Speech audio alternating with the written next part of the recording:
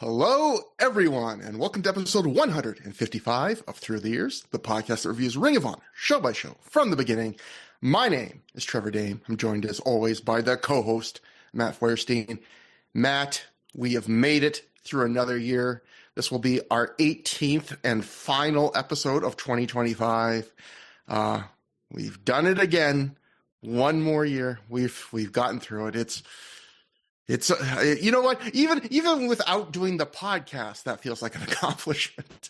As I get older, I'm through a year, man. I've survived. I am literally through a year. Yes, you know what's fun for us is that we get to celebrate the end of a year multiple times because we get to celebrate the end of the calendar year as we are doing right now.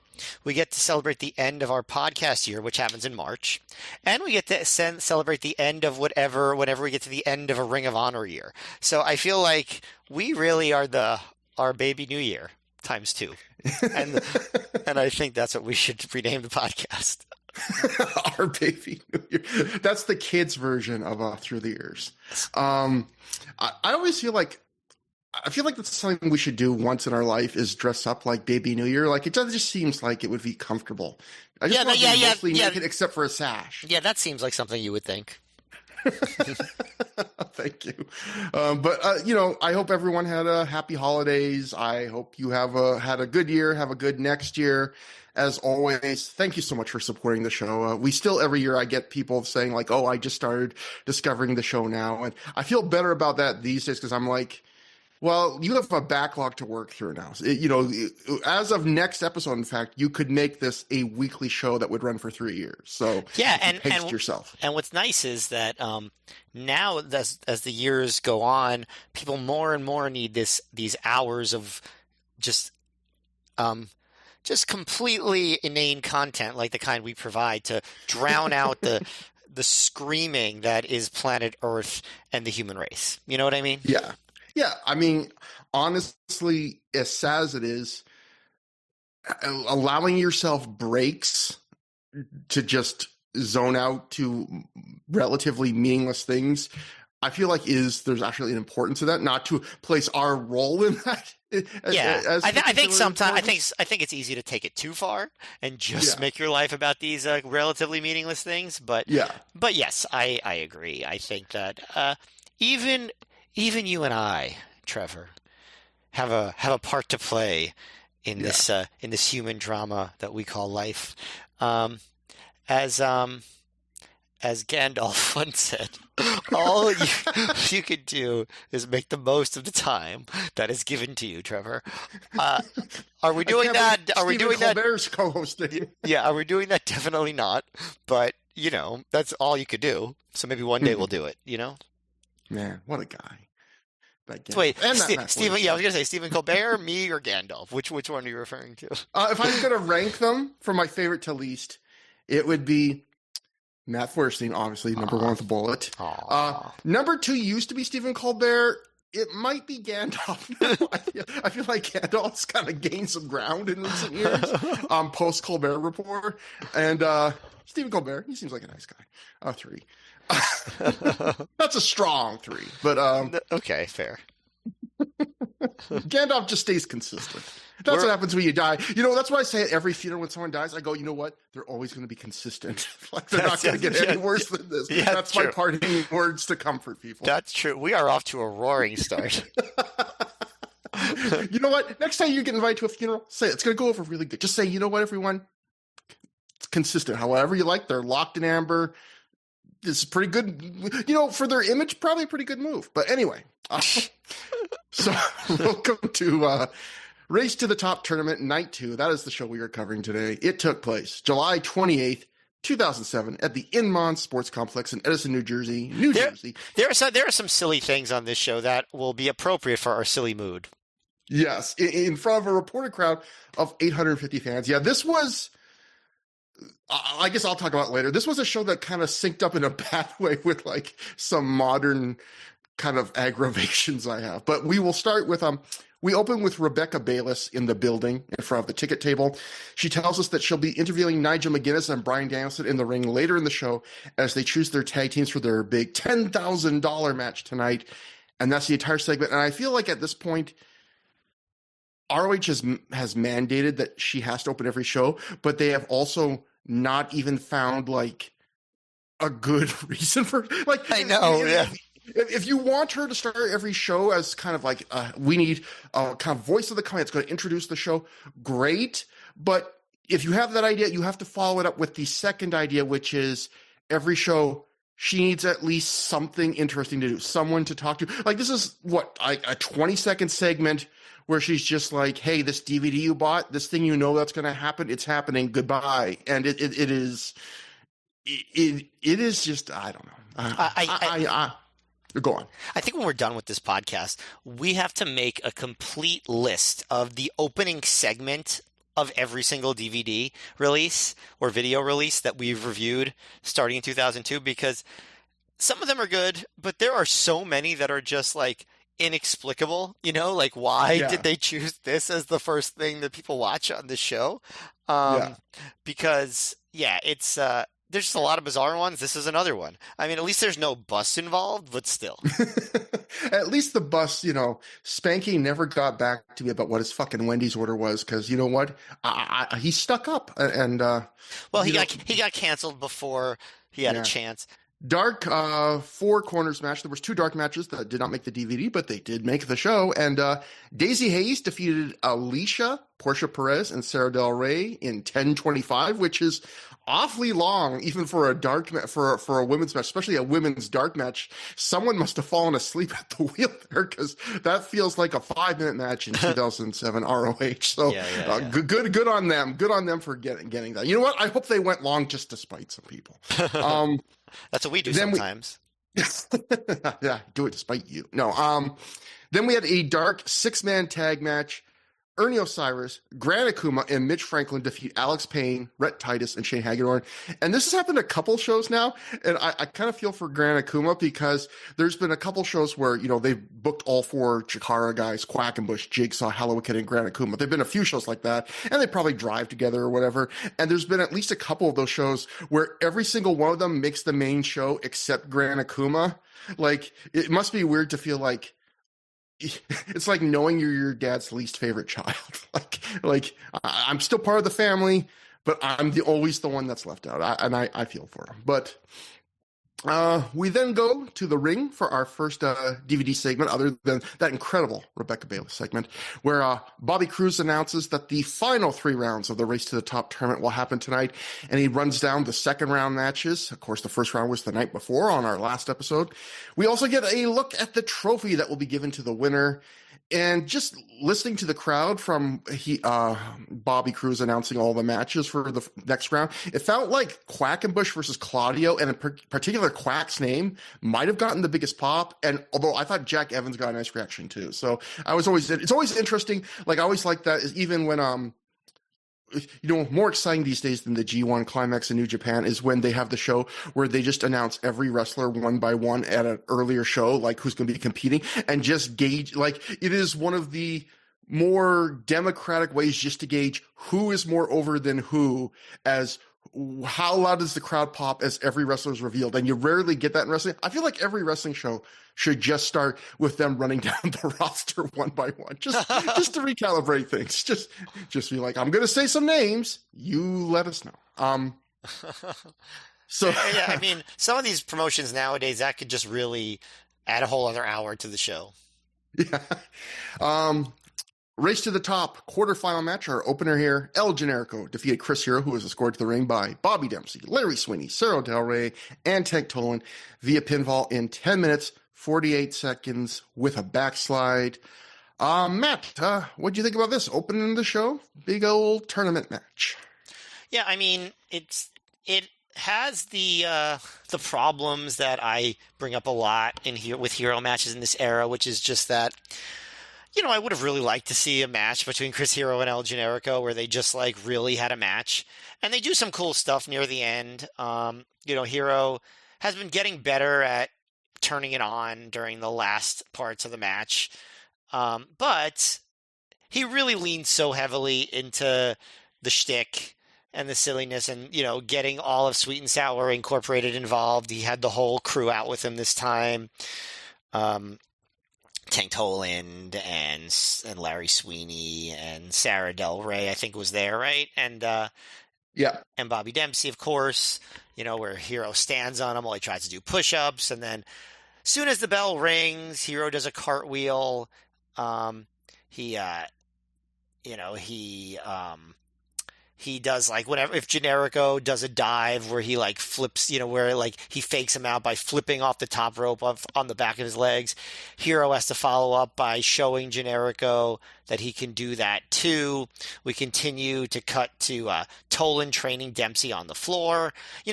And I'll bring this up later, but like I'm starting to wonder why. Like this is a cute gimmick, the whole like Toland training Dempsey thing. Problematic in its way nowadays, but cute at the time. I don't understand why it's getting so much time, and it gets much more because it's not building to anything. I think we can say that, right? Yeah. But I think Chris Hero in a shoot interview even said like it didn't really have a satisfying ending. Right. I mean, it has a really problematic segment in 2008 that we will eventually get to, that I've alluded to before. But once we finally get things getting, a little bit more serious near the end, and we have a whole scenario in the finish that involves Sweeney where Generico goes up to the top rope and Sweeney distracts the ref so Toland can tie Generico up with some sort of workout implement. So Hero could capitalize with the dislocation, and then Generico kicks out, and then eventually just Generico reverses a Hero's Welcome into a backslide and gets the win. But like the finish got a big pop. I think the heat wasn't great for the rest of the match. It just wasn't the match they could have had, and I just wish I could have seen the match they could have had because even later in 2007 they have another match where Hero is still this like shtick version of Chris Hero.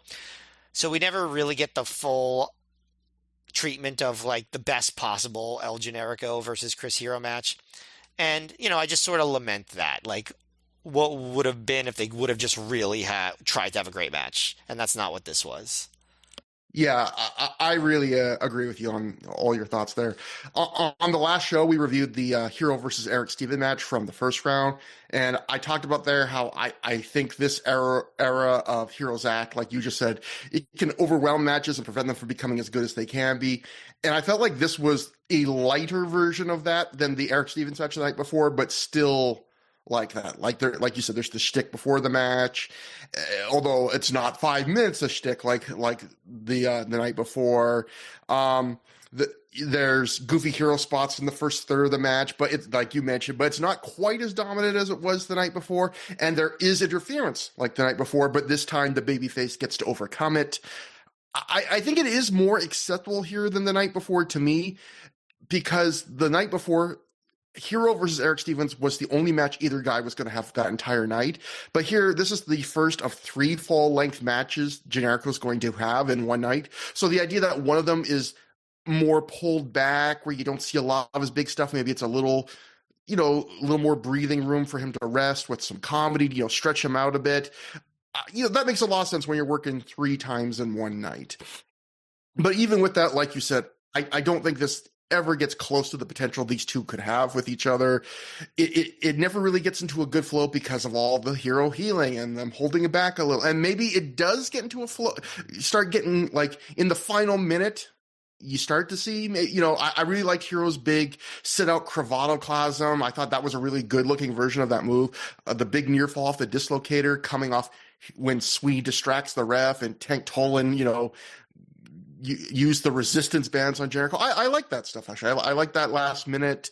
And I also think, watching this match, I realized I prefer Hero's healing in matches when it connects back into the match. And what I mean by that is, if the match just goes to a dead stop for a minute for Hero to do flips and show off, and the face just kind of impotently stands there and does nothing about it, that's kind of meh to me. But if Hero does all of that and then he immediately gets caught with a move because he was being a showboating heel and being kind of an idiot and taking his eye off the ball, that's better to me. I felt like this match, they got a couple instances of that where, yes, Hero showboating, but he gets caught for showboating. And I prefer that more. It's a way to make, sometimes the shtick can be overwhelming, but it's a way to integrate it with the wrestling. I feel like the action a bit better when they do that. And to Hero's credit, he does do that, not all the time, but a fair bit of the time. And finally, I just want to point out, we talked on the last show about how Generico went the extra mile bumping for people. And in this match, he goes up so light for Chris Hero German suplex that it looks fantastic. He probably would have been a 7 move and turns it to like a 9.5. And you've heard people talk about wrestlers, that concept of sandbagging, where wrestlers go up heavy for moves to make their opponents look bad. Generico did the polar opposite of that. He was airbagging. He went up like a bag of corn, friend. It was like he was floating. Airbagging. I like that. Yeah, I mean, that's sort of like something that. I'm trying to think of a wrestler who's famous for taking honestly, like these days it feels like someone like a Kyle Fletcher will do that, or like Mike Bailey or something. Like it's just for like modern examples of people that will just like really go up high for stuff and like come down hard.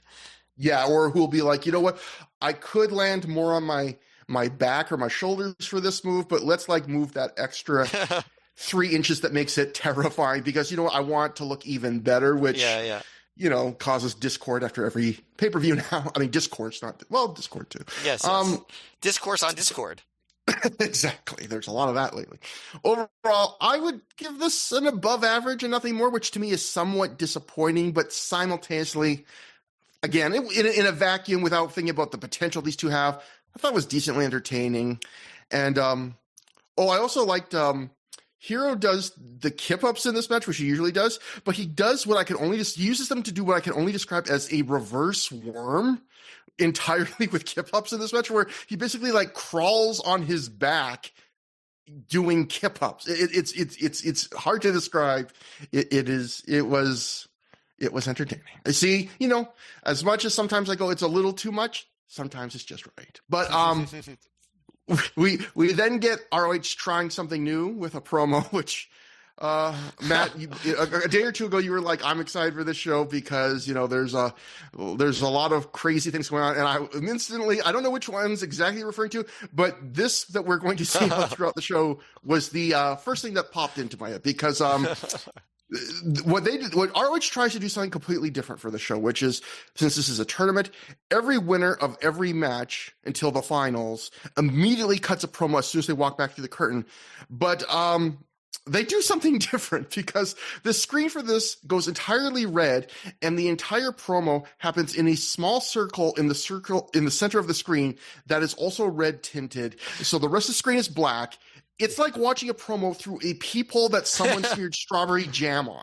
Okay, so so we agreed earlier in the year that we did not like the looking away from the camera promos.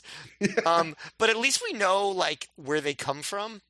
Have you ever seen anything presented like this ever? Or is this a completely unique, creative Gabe Sapolsky invention from 2007? I feel like it must have been done somewhere. There's no way that he invented this. Like, it must be like in a music video or something. Maybe from like, I don't know, what was the band that he liked? Neurosis or something? Cannibal Corpse, big fans of the Peephole promo. Yeah, I know. But this is, have you seen anything presented like this? No.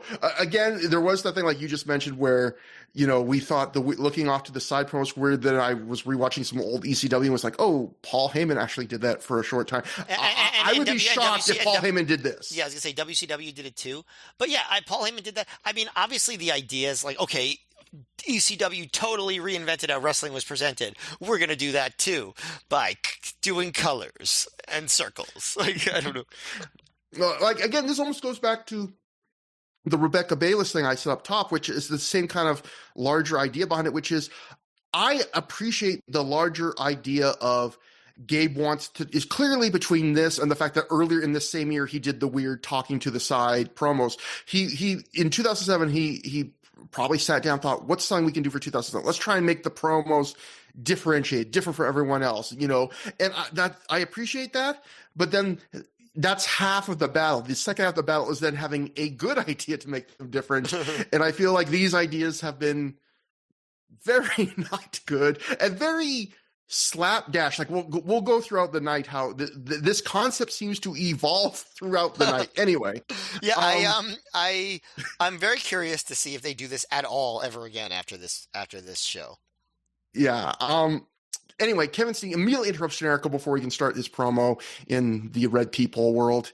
He puts his hands all over Generico in half celebration, half getting him out of the way. And he's being so rough with Generico that you can hear Generico say, Kevin, in a way that almost sounds real. Like there's like 20% of me that thinks he actually was like getting irritated by how rough Steen was being with him. Steen says last night he got shafted in the tournament, but tonight this very sweaty man, El Generico, is going to beat everybody. And then Generico is going to take his trophy, give it to Kevin. Kevin's going to put it in his bedroom, and it's going to be awesome. And again, I like the idea. I like the idea of trying something different. I'll try and be complimentary for this first one. I like the idea of trying to do something different. Sure. Race to the top, quarterfinal match.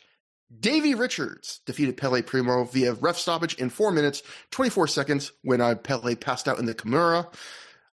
In the saddest story of the weekend, Matt, Pele's new top-of-the-class trophy that he was so proud the night before, where we talked about before his match the night before, he literally was telling fans in the front row, it's a new trophy, I got a new trophy. He tries to bring in the ring for him on this match. His second night with the new trophy, it snags on a ring rope, and the top of it falls off so easily. It makes you wonder how much ROH is invested in these trophies, except I would say it makes you wonder. I was listening to part of an honorable mention podcast about this show that Shane and Jeff did, and Shane said that he was in charge of picking out the trophies, and how he was instructed for this trophy by Ring of Honor was get the cheapest trophy you can find. So, mystery solved. Well, I'll just say this. Would never happen to the Matt F trophy. that is a premium trophy. It's a premium trophy. We agreed. So, yeah, I like that the crowd groans in sympathy for him when the trophy breaks. Like, oh, man. But then they chant, you fucked up. And then Pele says, great, now I need another trophy. I don't know if he gets one. So, this match, on paper, looks like a lot of fun. Pele takes a very good beating. Davey gives a very good beating.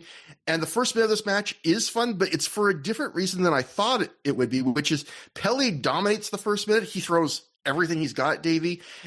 And that is a fun part of Pele's character, too, which is despite being this super small rookie underdog, he doesn't do the easy, scared, timid character. I always say he's the 5'0" guy who thinks he's 7'2". He doesn't think of himself as the underdog, although I think he did wear something once that said underdog written on it, but he doesn't wrestle that way. So when then Davey takes control, and I wish we saw a little more ass kicking and torture from him. He chose to kind of lean into playing the heel a little bit more by slowing the pace down once or twice to emphasize that, I'm in control, I'm the bully. I would have liked a bit more if he showed he was the bully just by really hitting poor Pele hard or stretching him. I did think one thing he did that was neat is Davey does this regular move of his. He does a spinning back kick that usually he does it as a counter, and it hits his opponent right in the midsection so they can double over. But Pele is so short, I don't think Davey meant this to happen. It hits Pele like right in the chest, and it looks way more brutal because again, maybe he meant to aim it that way, but it just felt like, oh, I'm going to do it the normal way I do it. And Pele's chest is just not where people's chests are usually when he wrestles people. But I also like the end where Davey catches Pele mid-move and hits him with one of the top 5% of jumping tombstone pile drivers you'll ever see. Like, just looked spectacular. So overall, I would say this match wasn't quite as fun as the 4-minute Pele-Davey match I fantasy booked in my head, but I thought it was still pretty fun. Yeah, I mean, when you have a match that includes one of the best jumping tombstones you've ever seen, that's something, right? Like, yeah, not every match has that, best anything, So I feel like, yeah, I get what you're saying. But I think for what it was, this was a formula match, but very well performed and executed. I do think that, even though Richards wasn't as, he slowed things down, he wasn't as on top of Pele as maybe you would have wanted. The stuff that he did do was still, had a lot of fire and aggression and looked like it hurt. And Primo took good bumps and his hope spots were good. So I feel like, this is close enough to what you'd want from these two that I can't really complain too much about it. It obviously was too short to be much, but some of that Richards offense really was pretty excellent. Yeah, absolutely. We go backstage where ROH does another keyhole promo, except this time it's white and yellow, and Davey Richards' face, because it's Davey's promo, because he won the match, is shot like in a film negative, like reverse, which I could argue in some shots is almost borderline problematic. And it is, anyway, Davey tells El Generico that lightning isn't going to strike twice for him tonight. He's not going to beat Davey. It's not about a trophy. It's about no remorse. So again, all these promos we're going to see that have the weird lighting, they're all super quick from wrestlers that are exhausted, and so don't expect particularly good promos. Again, I like the spirit of things. I'm trying to, I do like the idea. I do think wrestling should have more post-match promos where the wrestlers are still like probably revved up on adrenaline and have like the emotion of the live crowd. Like we're recording this the night after an AEW pay-per-view, World's End, where Jon Moxley cut an extensive promo, right after he won a match. And it was a bit long and rambly, but at the same time, it had an energy that you probably wouldn't have gotten from him if you gave him 15 minutes even to cool down and shot it backstage, right? Yeah, if it wasn't for these weird video effects, we could focus on the novelty of these immediate post-match promos, which is a very cool concept that I am always a fan of. But, Trevor, I want you to do me a favor. Can you do me a favor? Yes. Can you join a bowling league? Just so that you can tell your teammates it's not about a trophy. It's about no remorse. What if I said it's not about a trophy, it's about this trophy, and then I pulled out the Madaf trophy? Sure.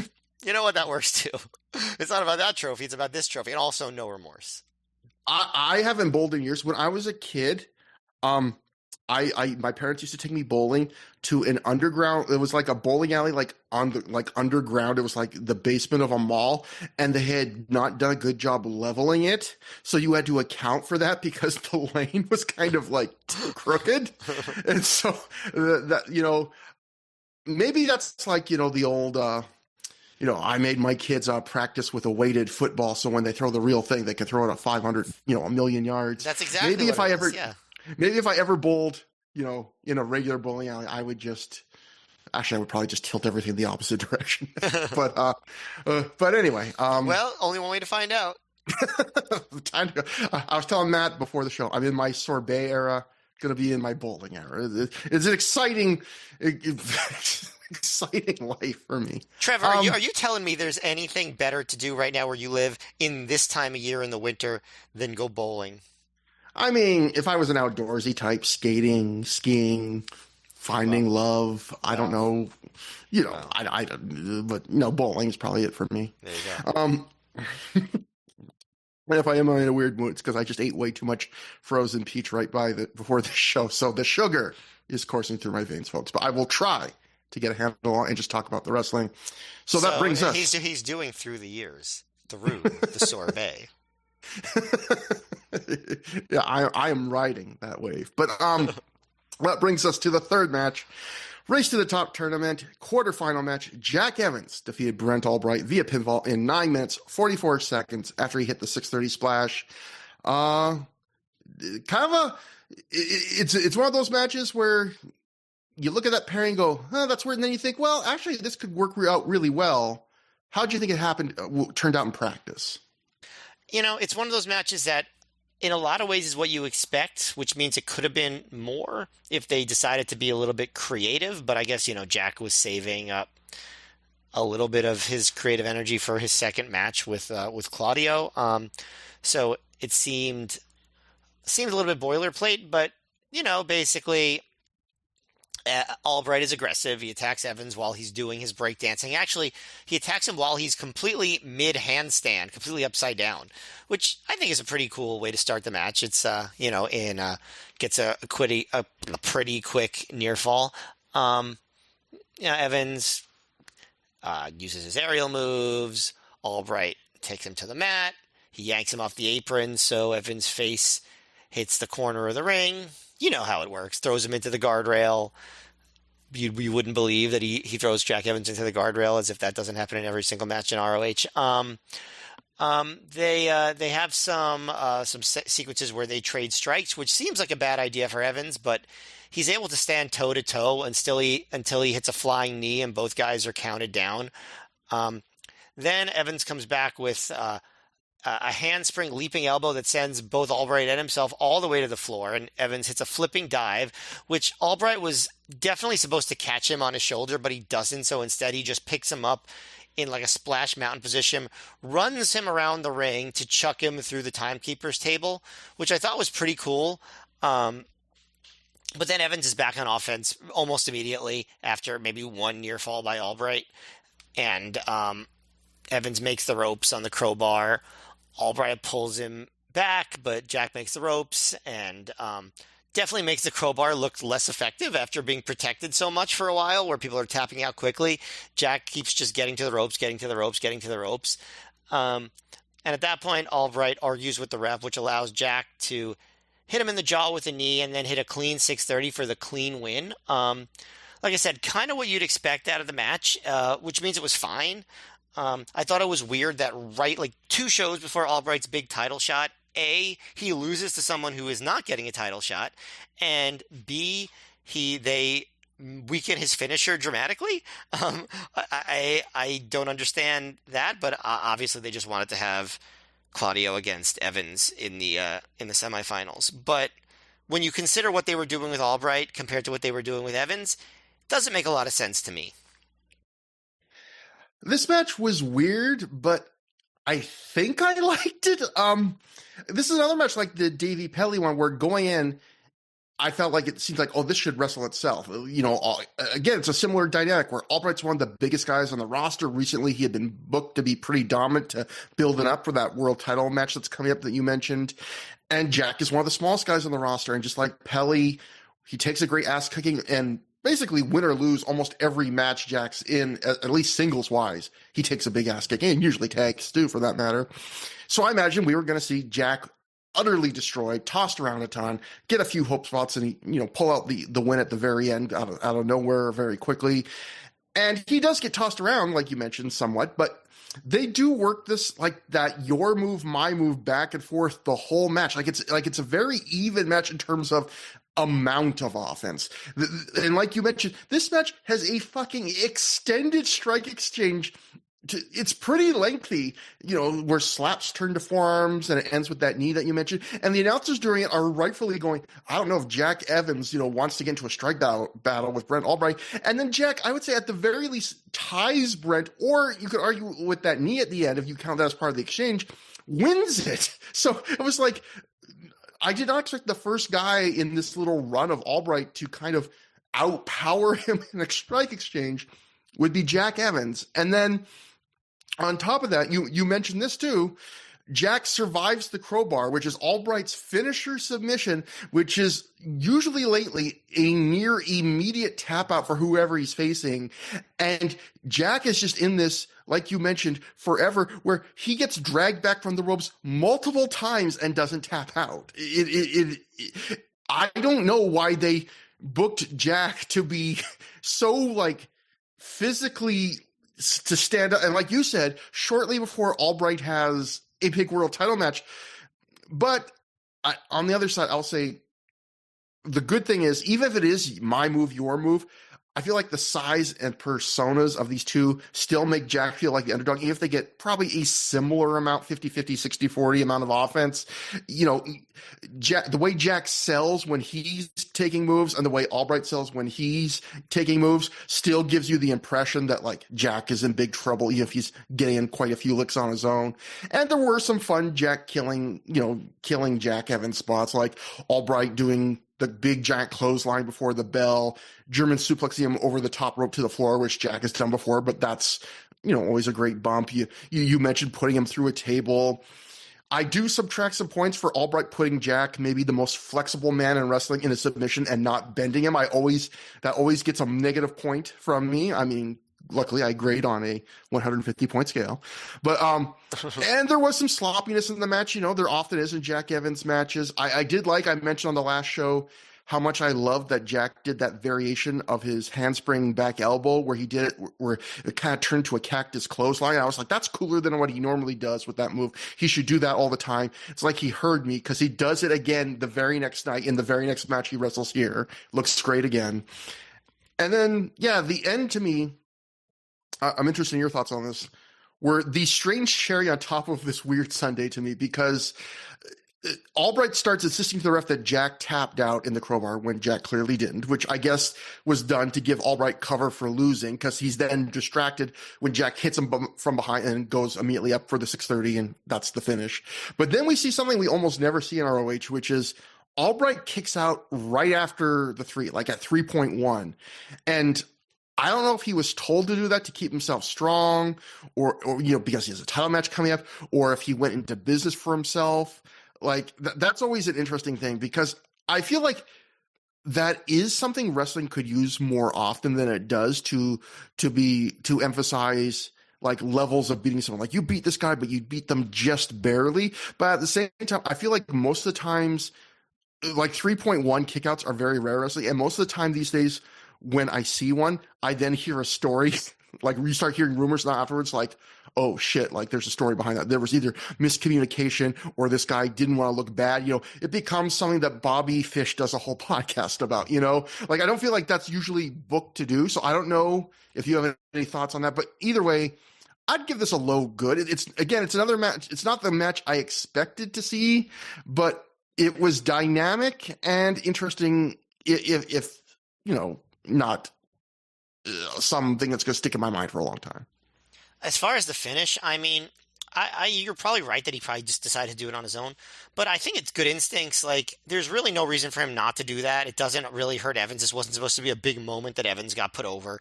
Albright was getting a title shot at the very next show. And Evans, again, as far as I can recall, doesn't get a title shot at all. So I don't really have a problem with it. Like, it's bad when, like, let's say Hulk Hogan does it at the main event of WrestleMania 6, but I don't think it's a problem here at all. Yeah. And again, I feel like it could be a good booking. I just feel like most times in history, I feel like when I see wrestlers do it, history has shown that it's usually the wrestler, again, either got rocked and kind of forgot what was going on or whatever. But actually, I forgot to mention the best part of this match, Matt, was, I think it might have been before the match, some fan shouts, "Albright, you stole my Halloween costume." And I just thought, what was this hooded black vest being jacked? Like what was, like, Brent Albright doesn't look like anything. I what mean, was this Halloween costume? I feel like it's pretty obvious. Brent Albright. It takes a lot of money and chemistry to go as Brent Albright for Halloween. We then get another weird backstage promo with Jack Evans shot with a bright circle of blue light on his face, but the rest of his body, unlike the prior promos tonight, which were all black with just a little circle on their face, this one is visible. So, like, there's a brighter light on his face. So I don't, so like at first I thought, okay, this is a stylistic choice, the first 2 or 3 promos where they want to have a shot where it's like you're just seeing their face and the rest of the screen is black. It's like a peephole weird effect. It's not particularly good looking, but it's a choice. Starting with this promo, I started to have to consider a second option, Matt, which was they got some kind of light and they don't know how to focus. like that is an equal possibility at this point. I don't remember. Did they mention anything about it on that episode of Honorable Mention? I didn't have time to listen to the whole episode, but I think Shane mentions like he kind of it seemed to indicate that he thought it was more like they were figuring out how to work with the light. like maybe if he says that, I believe him. Yeah. I mean, I don't know if that's that honestly or knowledge. Yeah, that honestly did not occur to me that would be the issue, but you're right. It makes a lot of sense.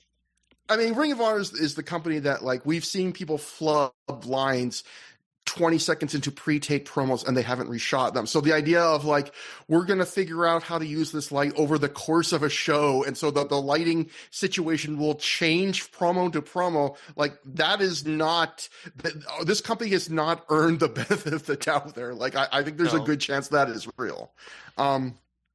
Anyway, Jack says it doesn't matter who he faces next. There's not anyone in ROH that has the heart he does. Again, these are very short promos where the most notable thing is the ever-evolving lighting situation.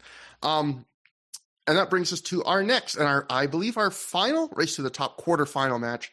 Claudio Castagnoli defeats Mike Quackenbush via pinfall in 12:27 after he hit a running European uppercut. And this is the battle of Chikara's founder in Mike Quackenbush and the guy who I believe before the end of 2007 would step in to become one of the trainers at his wrestling school because Chris Hero leaves and Claudio steps into that role, I believe.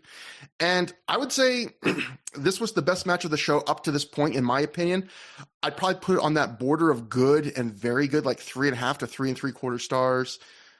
My big takeaway was, even though this was a babyface versus babyface match and Claudio was playing to the crowd with Hayes more often than he had in a long time, this match really felt like it was designed to have you get behind Mike Quackenbush. Most of the coolest offense in this match is performed by Quack. Claudio in the middle of the match even slows it down a little and takes it back to the mat. And Quack, so often in this match, he's the guy fighting from underneath and being controlled. So even though Claudio isn't the heel, he's almost working it like the heel where he's stopping the guy doing the really coolest stuff in the match from popping off. So you're really getting behind that guy because you always want to see him get back, Quackenbush in this match, get back on offense because that's when the cool shit pops off.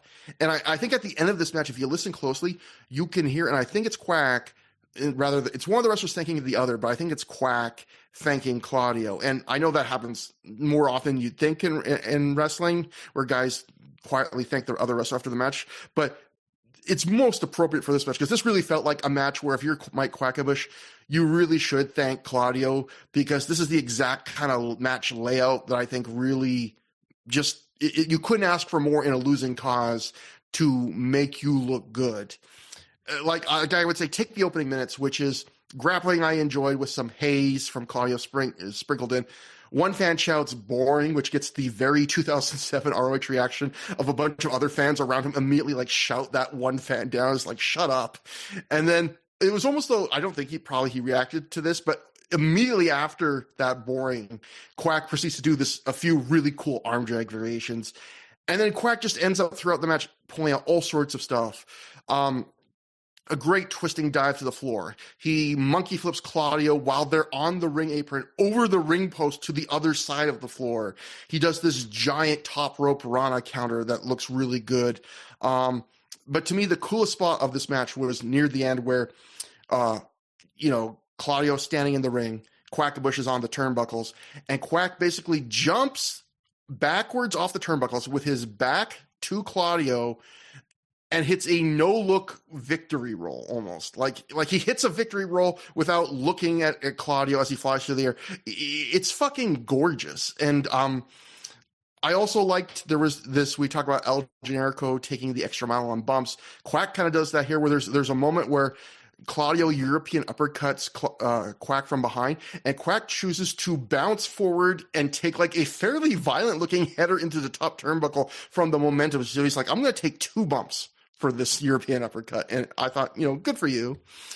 And this did have a bit of a tournament vibe where it felt like Claudio was giving Quack a lot because this was going to be Quack's only match of the night, and also because it allowed Claudio, probably like Generico earlier, to hold back a few things he's got to work 2 more times tonight. So overall, I would say didn't feel like the best possible match these two could have against each other because of like the tournament stuff and just because it was very good, but not fantastic. And I think they are capable of that, but I thought it was really enjoyable. And I talked about being, the show before where I was disappointed with a lot of those first round matches where they weren't bad, but I was disappointed. This is the level to me, Matt, where if the first half of the tournament had more matches of this level where they're not quite great, but they're really still pretty damn fun, I wouldn't have been disappointed at all with night 1 of the tournament. Yeah, I could definitely see that. Obviously when Quack first came in, I said he was a breath of fresh air, and this is why a lot of the stuff he does, just no one else does. And like you said, he's so smooth. You mentioned that twisting, leaping cradle thing that was, you described, quote, fucking gorgeous, right? And yeah. all the arm drag variations and things like that. This is also the first example of three where Claudio just really leans in so heavily to getting the crowd to say "hey" with him. To the point where I honestly, by the end, found it kind of annoying, like a little bit too much with that. But just figuring out, I guess, the right balance. I thought the last couple minutes were very hot, but I do think it took a little while to get the crowd as into it as they could have. And I almost wish that the final sequence was a little bit longer. So maybe I liked it a tad less than you do. But yeah, I would say Quack was, really brought what, makes him unique to this match, and the crowd really appreciated it. And I don't think it got to the great level, but I thought it was quite good, and definitely the best match of the first round, of the quarterfinal round of this tournament. I'm trying to decide if I liked it more than the Jack Evans versus Kevin Steen match from the opening round from the night before. They're on similar levels, I would say.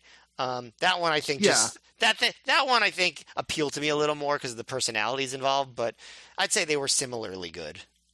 I agree. I think I preferred the Jack Steen one too. And also, if they're fairly even, I think Ty goes to the shorter match because he did more. And although you could argue, I guess Ty goes to the longer match because they had more time to fill. But I would give it to the Steen Jack match a little bit. But yeah, like you said, they're close.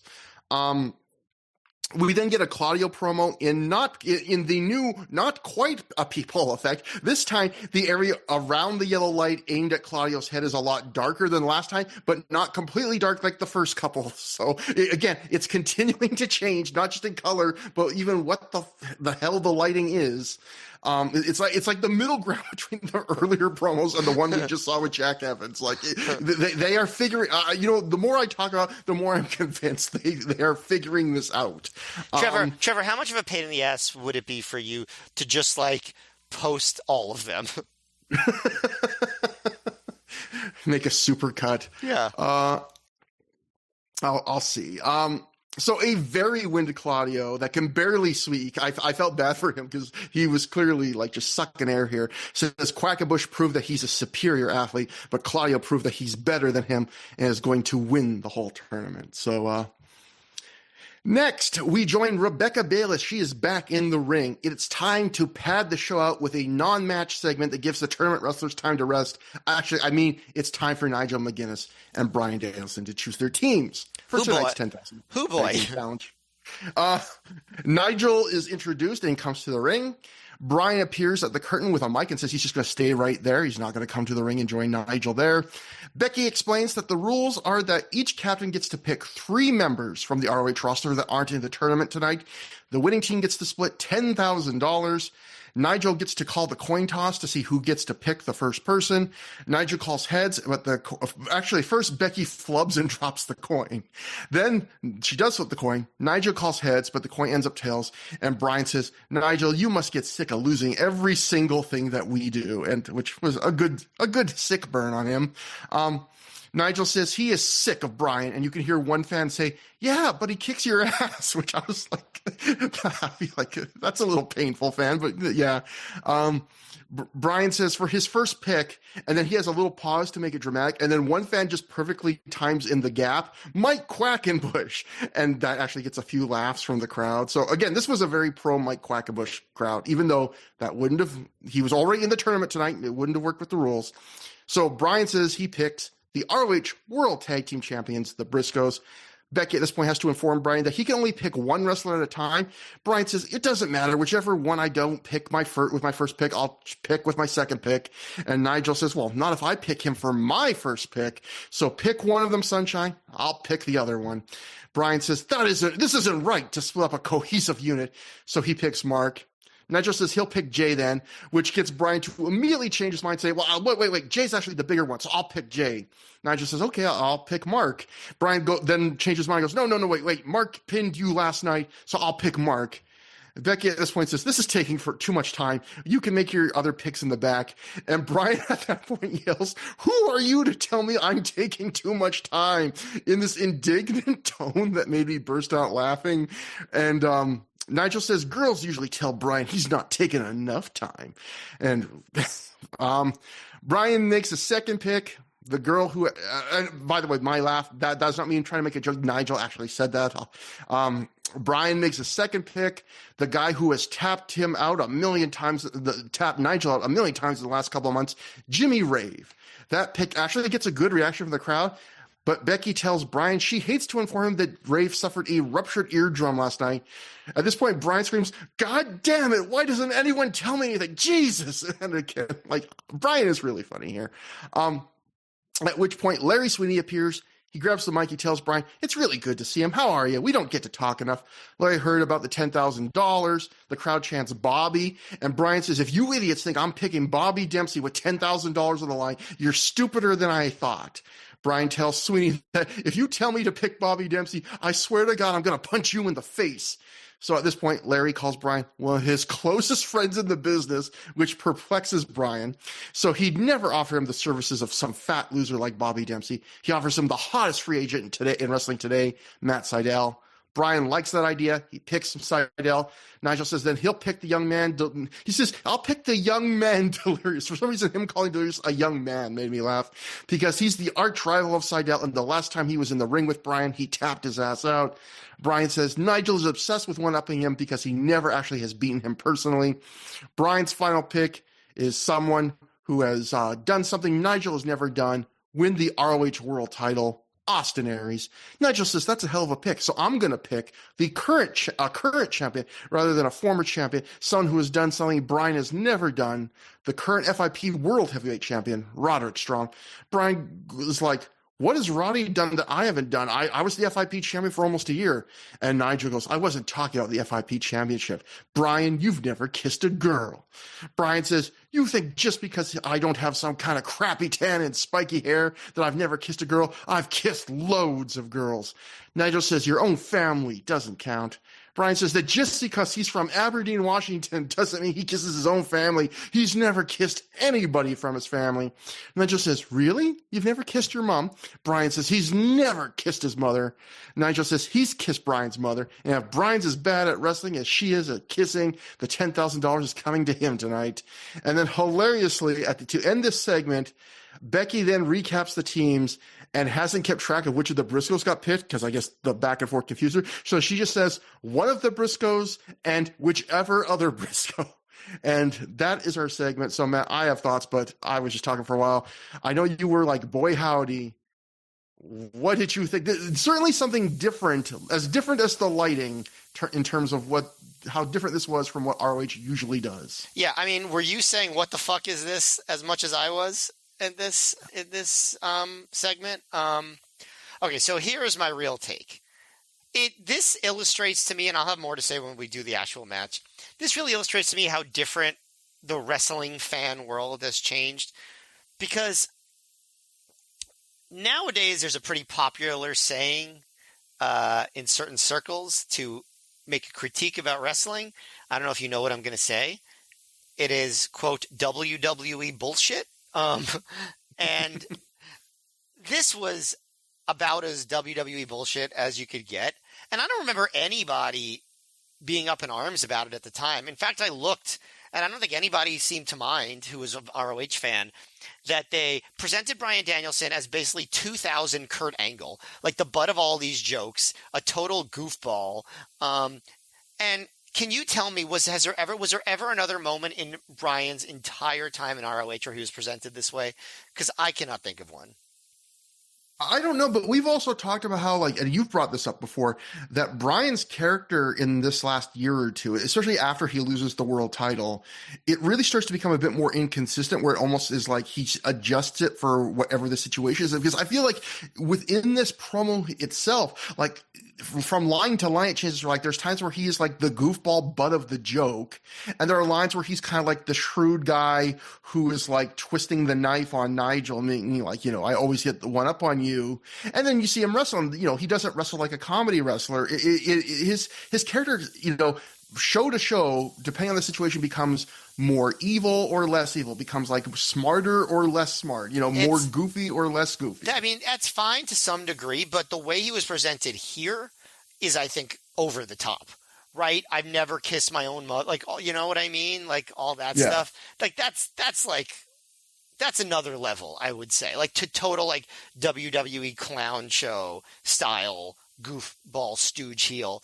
And makes it especially crazy because he's getting very close to the point where he's starting to turn face, especially because he's like a month away from that Morishima match, where he detaches his retina and he's supposed to be basically a world beater in that match, or like somebody who could believably take the world title back from Morishima. Obviously, he's about as intense as it comes in some of the recent matches in Japan and with Kenta and with Nigel at Driven. This is just way over the top, I would say. Beyond that, there were other little things like, oh yeah, I'll pick one of the Briscoes. Doesn't matter which one. Oh, okay, I'll pick the other one.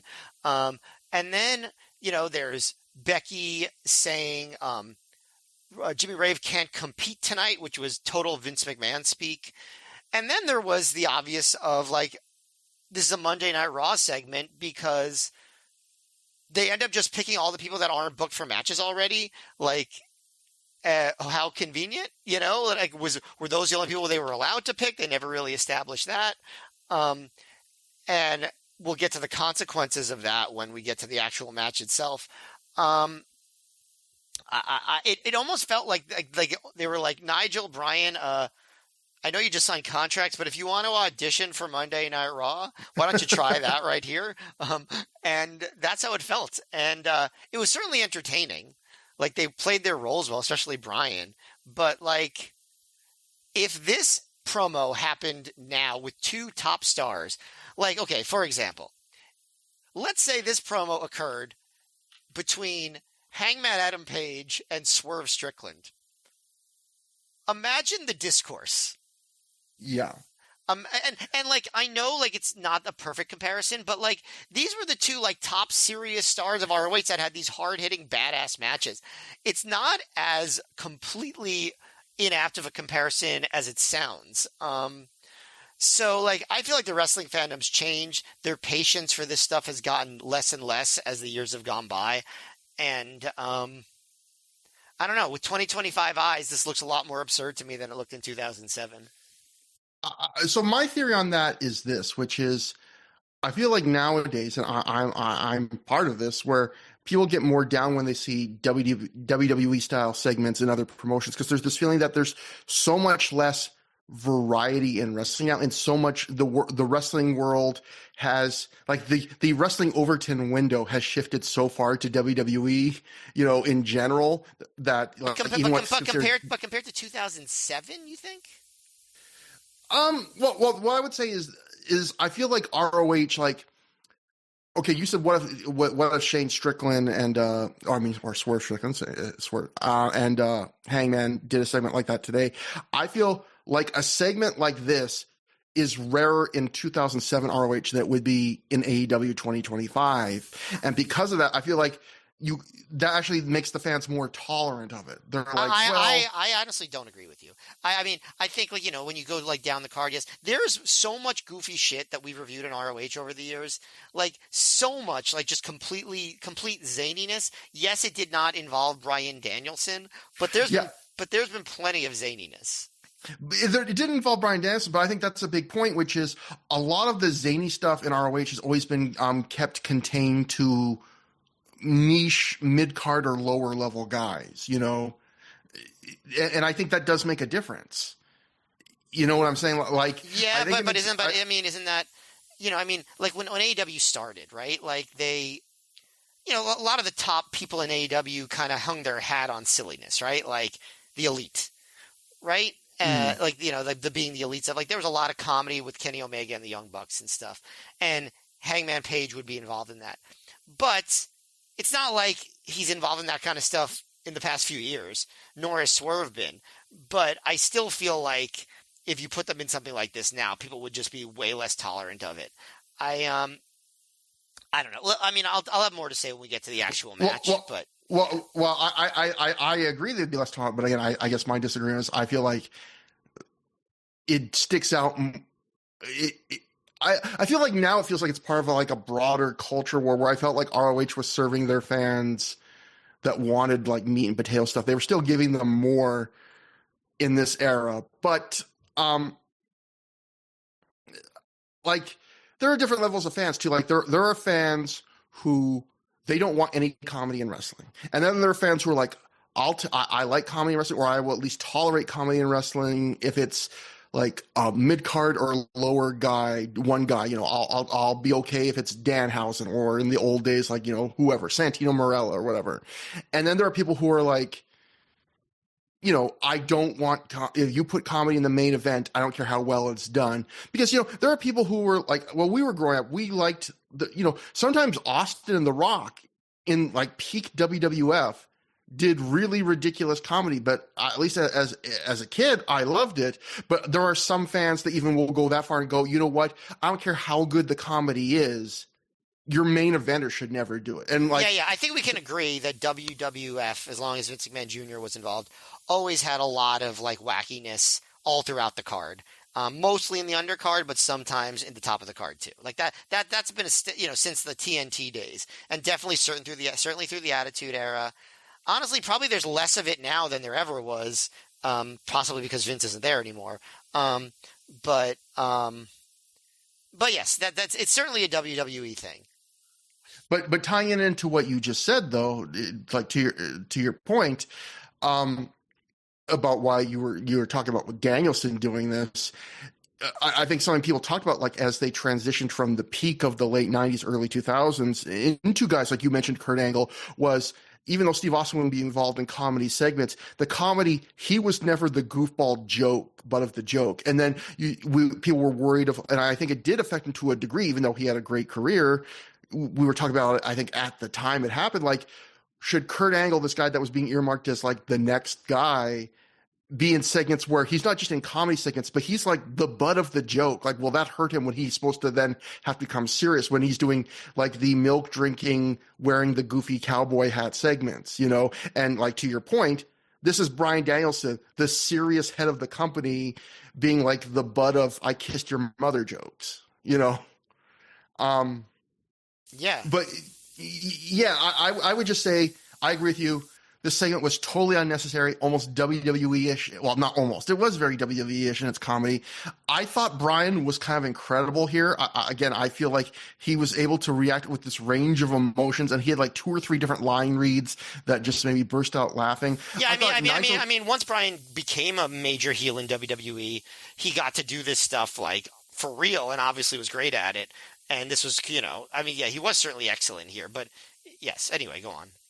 Yeah, I would say Nigel showed good, solid charisma, but I felt like his jokes were kind of cheap, low-hanging fruit, even for wrestling. Like, I just felt like you know, you're a virgin, I've kissed your mother. Like, you talk about things that would get a lot of people discourse and anger. If those are the kind of things if MJF says them on a promo this Wednesday or whatever, there'll be people rolling their eyes and other people saying, no, it's meant to be cringy, and there'll be debates all over that. And that is a difference today where like no one was debating it on this promo, like what this meant, or no, this promo did not cause any kind of discourse at all that I can recall. Yeah.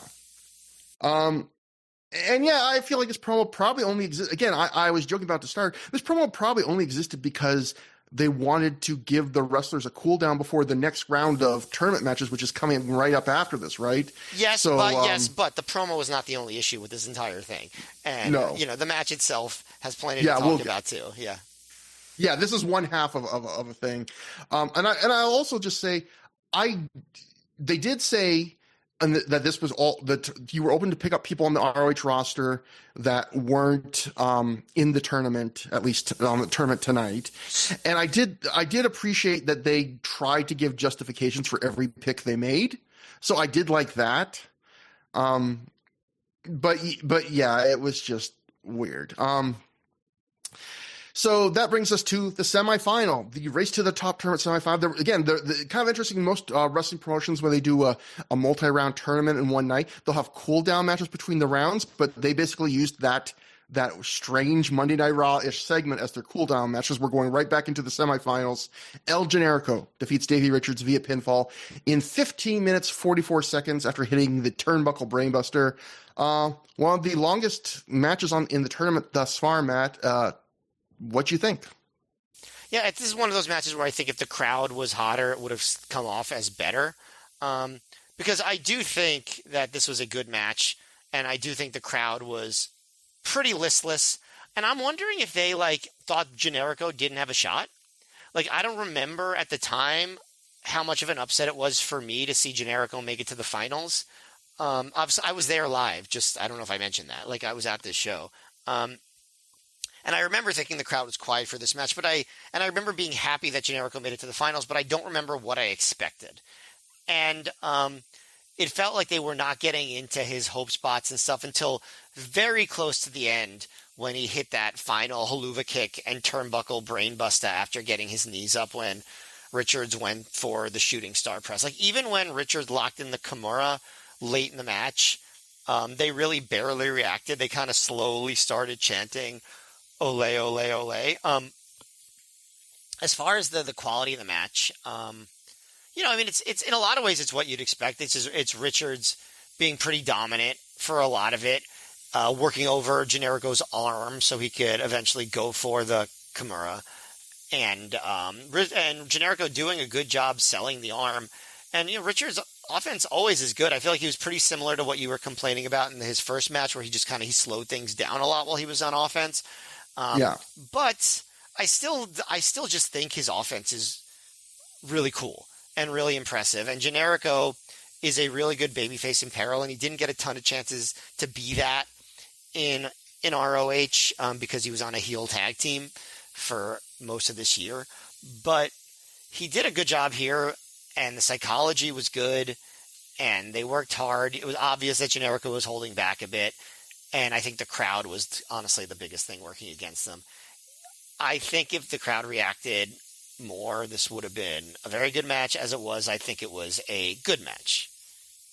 I maybe like this just a tad less than you. I felt like this was a disappointing match given who was in it and the amount of time it got, but I would also say it's not bad. I'd put probably on the border of above average and good, but man, I expected and wanted a lot more from these two. This match to me kind of felt caught between worlds. There's a little limb work from Davey in the final third, but not enough to make it a compelling story. There's a few big cool spots in this match, but not enough throughout the match to make this some kind of shut off your brain thrill ride. It's not a fast paced match. Like you were saying, Davey kind of slows down a bit, but I also wouldn't say it's a slow match. It chugs along fine. The crowd, like you were saying, they aren't very hot. And Generico actually throughout the match keeps trying to engage them. But like you said, when Generico, right at the end, they get excited once they realize, oh, Generico can win this match. When they see Generico is going up for the top rope brainbuster at the end, they come alive to a degree I did not expect. And there's a few times during the show I was like this where I go, man, this crowd kind of sucks and is kind of dead. And then some spot or moment would happen and they'd come alive to such a point where I'd be like, is this the same crowd? Where were you the rest of the match? Where they would go from being pretty quiet to really pretty loud. And so I can only speak for myself, and I wonder if this had any effect on other people during this era. But this is the first show I attended after the Benoit murders, and I was pretty ambivalent about wrestling at all at that point, what am I doing watching this? This is am I doing something morally wrong? And the answer is probably yes, but also I still wanted to keep giving it a chance, and it took a lot to engage me. It took probably up through the main event, honestly, to get me fully excited about what I was watching. And I admit that I'm more neurotic than probably most of the people in this venue at this. So this is probably not an explanation for why the crowd was the way they were, but I do wonder. No, I don't think that's a bad point at all, especially because of the timing. There was probably a bunch of people that had bought tickets before the Benoit murder. Maybe we're in that position of man, I'm kind of having a lot of heavy thoughts about wrestling and my fandom of it right now. But you know what? I did pay for this ticket. I guess I'll still go because I've heard about other shows you're not the only story I've heard about fans in this era that were like, I went to the show afterwards, but I was kind of half into it. I was like, well, this is what I've been doing. But so I don't think that's necessarily a horrible theory at all. There's nothing in this match I would say that you can get too mad at, but there's not a ton to absolutely love either. There was the one really big wild spot in this match was Davey captures an Olay kick attempt in the corner, and then he hits this capture suplex in the corner that looked like it dropped Generico on his head, which even though it probably didn't, like it, that was a Kyle Fletcher. I guess that was an El Generico style bump. I mean, it is like Kyle Fletcher obviously loves Generico because he does the turnbuckle brainbuster and a version of the Olay kick. Like like watching Generico, some of these old matches back and seeing how crazy of a bumper he was, it is kind of like, as we do the show, putting my head together, like, oh, he's not just influenced by the moves, like he's bumping like Generico did in this era too. There is an interesting spot where Davey's running the ropes and Generico charges to push him over the top rope to the floor as the Davey's hitting the ropes, and it looks cool, but also looks like the timing was slightly off, because if you look at this like in slow-mo, Davey actually has started to throw himself over before Generico has gotten to him, and Generico's almost like, oh shit, I gotta hurry up, because like the time has to be like right on for this, and it isn't quite. But I thought that was kind of a cute moment if you look for it. But yeah, to me, a disappointing match, and from a review perspective, it's a match that's hard to talk about because it doesn't separate itself in any way. There's not a lot that's super notable or unique to this match in a good or a bad way. And for a 15-minute semifinal in a big 4-round 16-man tournament with two guys that I think are generally willing to go nuts, it is, even though I agree, it's not a bad match. It's good, but it's kind of crazy how immediately forgettable this match feels. But then we get a backstage El Generico promo in Spanish with more of a moving spotlight people combo effect, I would say at this point. Like this is also one of the only solo Generico promos from ROH I can ever remember. And presumably in this era, I mean. Yeah, presumably because maybe Kevin was getting ready, because his match is only 2 matches after this, and I think these pros were done like live right after their matches, so probably they couldn't have Kevin do his kind of bully routine. And that brings us to the second Race to the Top semifinal match. Claudio Castagnoli defeated Jack Evans via pinfall in 9 minutes 9 seconds with the Ricola bomb. This was another Jack Evans match that didn't go how I thought it would go, unless you thought that Jack Evans and Claudio Castagnoli would open a 9-minute match against each other with multiple minutes of wacky grappling. I'll say this for the show. It was surprising. This was if we had an award at the end of this year's of ROH for most surprising show, not necessarily completely in a good way, often not in a good way, this would be a top contender, I think, so far. On paper, this match looks great, and I do have to give credit to Gabe Sapolsky. I felt like this tournament on paper, he booked a lot of really good-looking matches. Like, he put the guys I'd want to see against each other. Now, in execution, I would say most of these matches have disappointed to one degree or another, like often in disappoint to a small to moderate amount, but putting, small, you just look at Jack Evans, you look at his tournament, you put him against big chunky bully Kevin Steen, big monster Brent Albright, and now big expert base Claudio. To me, that's an example of you've put him in the best position to succeed in this tournament. Those are 3 opponents that you would think great for him. But in watching this, then the funny thing was, I don't think these two have quite the chemistry I thought they would. And I think it's because even though Claudio is a great base for high flyers, he's a great base, especially for high flyers that do these very fluid cooperative moves, like being sturdy and helping a guy on a tilt-a-whirl, head scissors, or Rana variation, like the arm drag variations he and Quack were doing in their match earlier in the night. And Jack isn't that. He's a high flyer, but he isn't that kind of high flyer. He's not the most fluid. He's not the most graceful. Those aren't his big strengths. His big strengths are more about he's more about doing moves to you, not doing these intricate moves with you. I would say his best moments in this match are when are just stuff like he has Claudio lying on the floor, and then he just pops off a couple big crazy flying moves off the apron where, Claudio doesn't have to work with him for that. He's just going to do his flips, and they're going to be cool. And I would say probably it also doesn't help this match that Jack looked freaking exhausted partway through this match. It felt like, I know Jack was a smoker. It looked it here. There is still some fun stuff here. I love that Jack went for the same cactus clothesline, handspring elbow that he hit in both of his prior tournament matches, but this time Claudio ducked it, saw it coming, and Jack just sailed over the top rope to the floor by himself. That's good within the tournament psychology. And since it's Jack Evans, that's not even the only insane bump he takes to the floor in this match. Claudio gets to show off his strength. He hurts Jack up high in the air from a sitting position and slams him back down. I love when he just deadlifts people like that. And the finish, I felt like, was really impressive, where he's holding Jack in a position that in no way resembles a Ricola bomb, and he's able to maneuver Jack into the Ricola bomb position without ever setting him down to like reorient him. He's just so strong. He can just basically, move him around like Tetris blocks until he gets him where he wants. And that's one of those examples of one of the things that makes Claudio such a great base is he's so strong.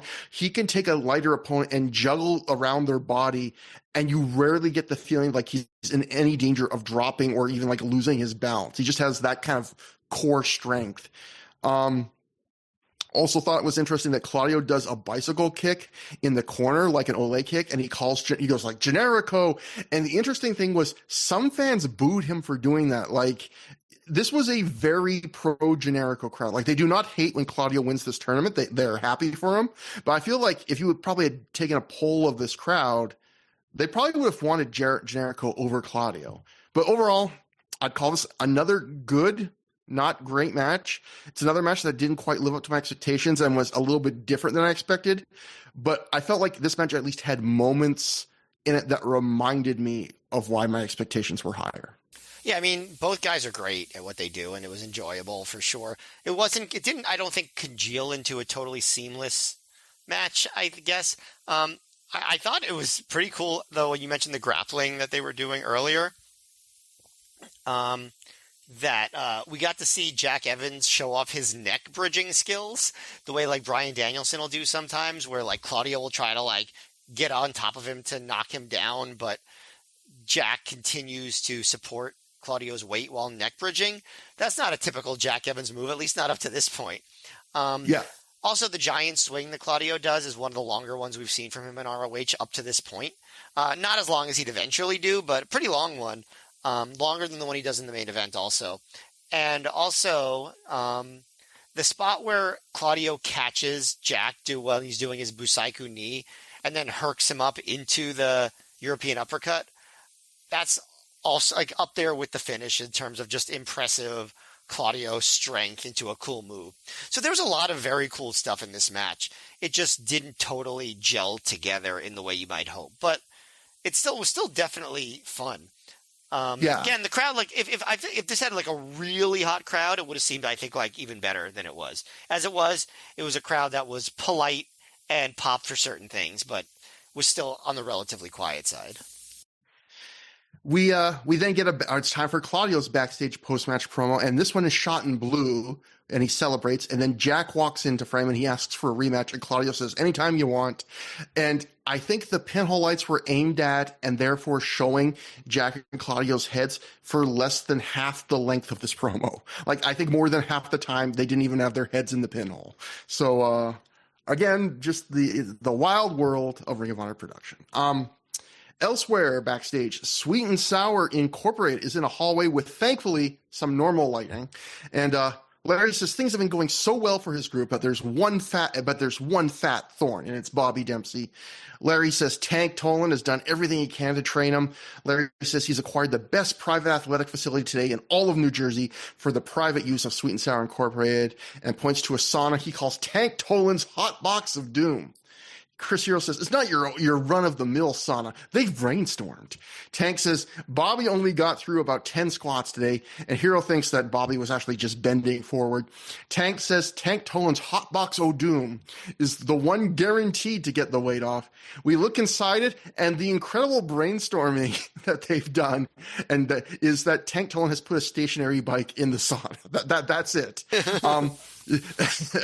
everyone in the stable then, which for some reason this made me laugh. Everyone in the stable like walking into the sauna together.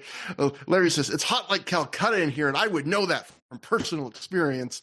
Hero informs Bobby that the hot stones in the sauna are not, in fact, rock candy, which there's so many cheap Bobby Dempsey jokes are like, that's kind of basic. But for some reason, him like earnestly being like, those aren't rock candy. I was just like, okay, that works for me. They get Bobby on the stationary bike and say he's going to burn and sweat off the fat. It's a double whammy. Hero says they're going to leave him there for 3 hours while they get ready for the show tonight. So seemingly this promo was intended for the start of the DVD. It would have been honestly way better than the pointless Rebecca Bayless segment at the start, but they've instead inserted it into the middle of the DVD. They lock Bobby inside the sauna and walk away. And Hero says, quote, $5 says he dies, unquote. And they all laugh, and Hero suggests they get some cookies. Tank suggests some milkshakes, and Hero's like, oh man, I love milkshakes. So I know, again, I go back to there's this Hero did the shoot interview, and I think he was particularly proud of the $5 says he dies line. And I will say that's about as dark as ROH gets. Definitely.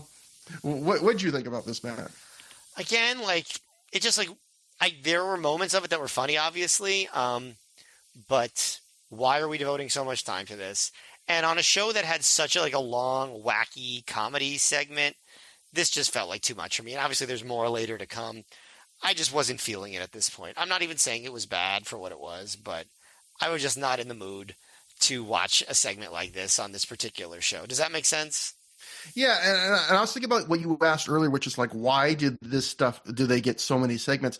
And I was thinking one trait of Gabe booking, I think, that we've seen since the start of ROH is if someone proved they were charismatic and they could cut a promo, he was going to give them time every show, regardless of if they had anything interesting to say or not. Because I feel like in the first year of ROH, we saw Christopher Daniels. He always got a promo, and usually he had something to talk about. But even if he didn't, you could just tell it's like, he's one of the guys, you could tell Gabe was just like, oh, he's one of the guys who here can cut a promo. Like, we gotta have promos, and he's the guy who's gonna be able to cut a promo for me.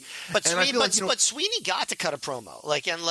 I don't know. Like, this isn't even a promo. This is just like goofiness. I don't know. You know what? Okay, but maybe a better comparison then would be like Colt Cabana with Good Times, Great Memories, right? He didn't get that every show, but he got that for a lot of shows. And again, it was just like, yeah, this is goofy, but Colt is a charismatic, entertaining guy. And, it's almost like they always say, that they said if you wanted to keep a job with Vince, make him laugh. I feel like if you proved that you was charismatic, even in a goofy way, Gabe was going to give you mic time, whether he had plans for you on a given night or not, to build it to something. I'll say this. I mind this less than continuing to cut to them, Dempsey and Toland, in the middle of Chris Hero matches that are supposed to be important.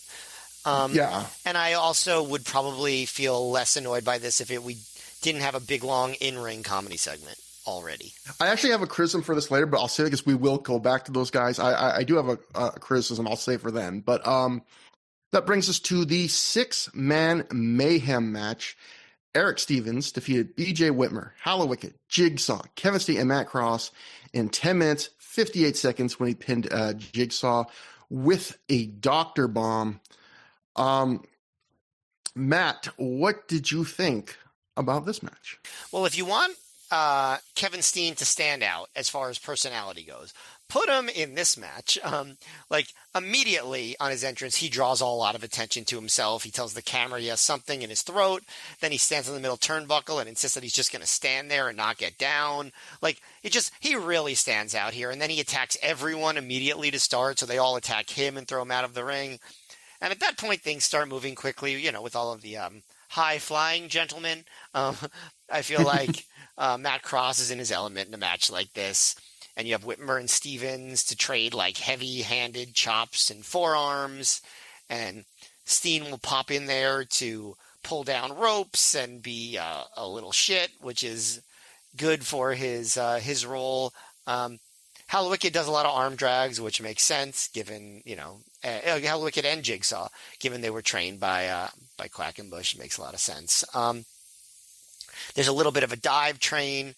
Stevens, Actually, what's funny about the dive train was that Whitmer teases a dive, but Jigsaw stops him and hits a tope onto Hollow-Wicked. Would have been pretty funny if Whitmer hit the first dive of this match, but he does not. Stevens does a flip dive of his own, and then Steen does a cannonball senton, and then Cross hits a space flying tiger drop on the other side onto Whitmer, which got actually one of the biggest pops of the entire night so far. Maybe even the biggest. And, then at that point, it's just a bunch of moves and reversals. And, Whitmer does his favorite over-the-top rope double suplex spot with Hollow-Wicked. Has to get that in every match these days. And I'll say again, he does take that bump very well. And that leaves Stevens and Steen to have a mid-ring face-off. And then Stevens avoids Steen's enziguri. Holds Steen up from double stomp from Cross. Then Stevens hits the choo-choo on Jigsaw, hits a pop-up power slam, follows with a Dr. Bomb, and gets the win. Finish again, came out of nowhere, and it's another match that I think would have been better with a hotter crowd. As it was, just kind of a disjointed collection of spots. I think Cross got over pretty well, but the crowd wasn't so into it overall. I always liked Steen the best in a match like this. This was no exception. I don't think Stevens had a standout match, but I guess he was a fine choice to win it. And post-match, he even says, yeah, finally got the W. So I guess this was supposed to be a big moment for Stevens to finally get a big win.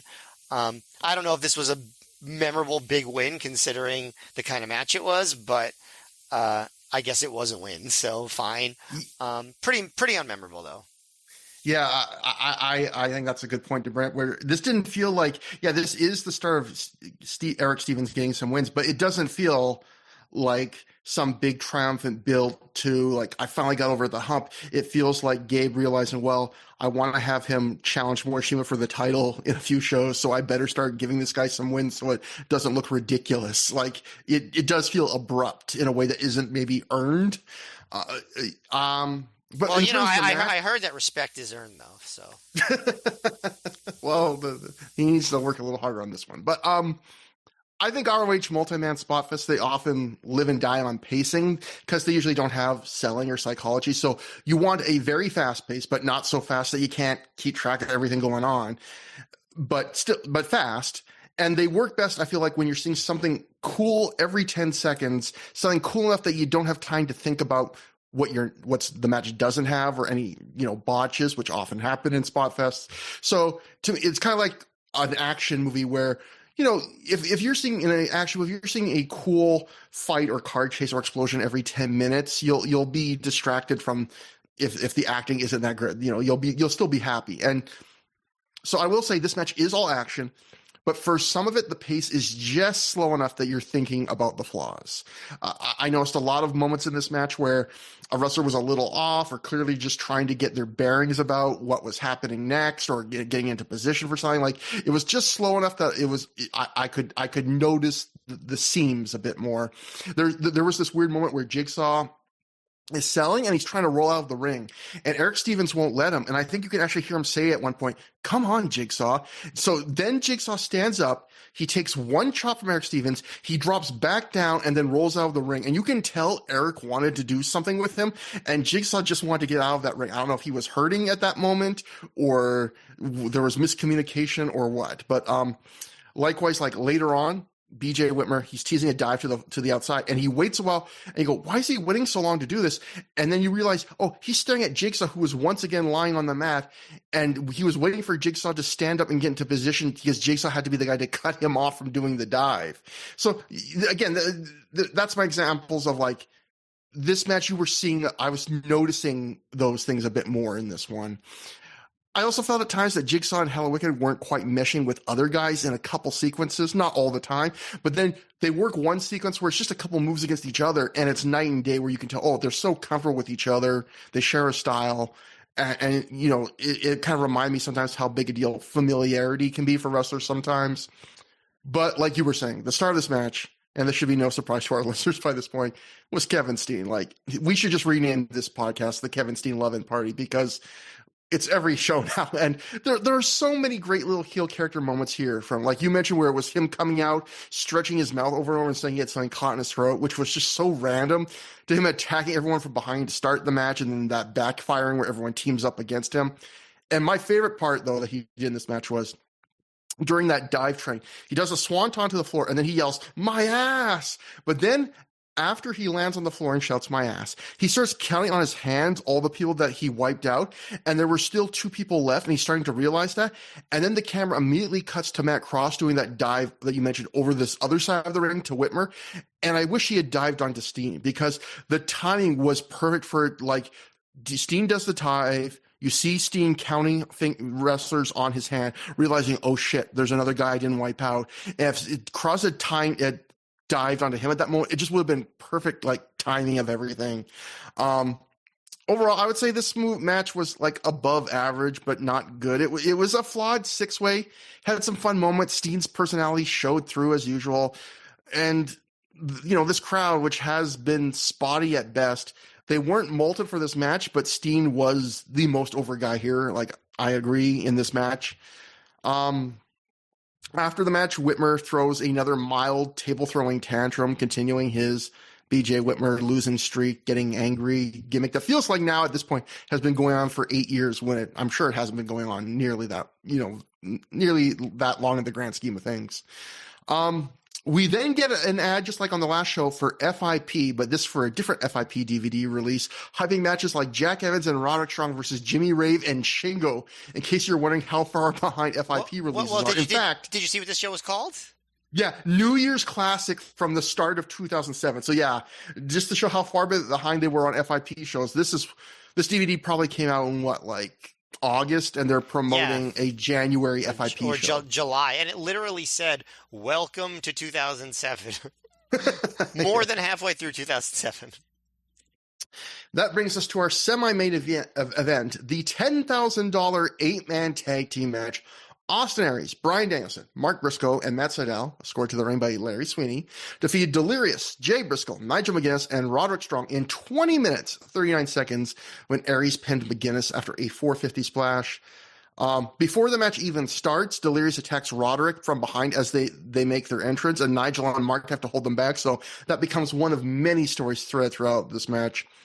So before I talk about the match as a whole, I think I do want to give some props here, where I love when ROH is quaint and honest about their size. Like I've always pointed out, I've enjoyed when they did that match in the early days of ROH, where the winner got flown into future shows and the loser had to drive to future shows. Like, I like when they acknowledge, like, we're a small company. So on one hand, I do think only having $10,000 on the line, not $10,000 for one person, but split 4 ways, is kind of adorable. But I also feel like in modern wrestling, where every fan knows it's fake and it's not really an exciting stip, right? Like, there's no thrill I think from any fan in that crowd that night that's like, I'm going to see Matt Sydal win $2,500.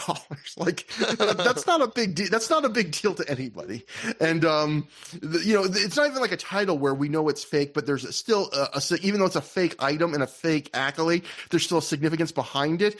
And, like you see Tony Khan doing all these $100,000 giveaway matches now, where I feel like unless you show them spending the money, which they've done sometimes with the Young Bucks, it's one of the more pointless stips you can do in the world where kayfabe is as dead as it's ever been. But anyway, all that being said, Matt, we kind of alluded to earlier that promo segment was kind of the first half of a 2-part thing on this night. Yeah. And by the way, for the money, there was one spot early when Nigel was trying to get Delirious and Strong on the same page, where Nigel for a second goes to Delirious, "It's 10,000 grand. I mean, 10 grand," because 10,000 grand would be $10 million. So.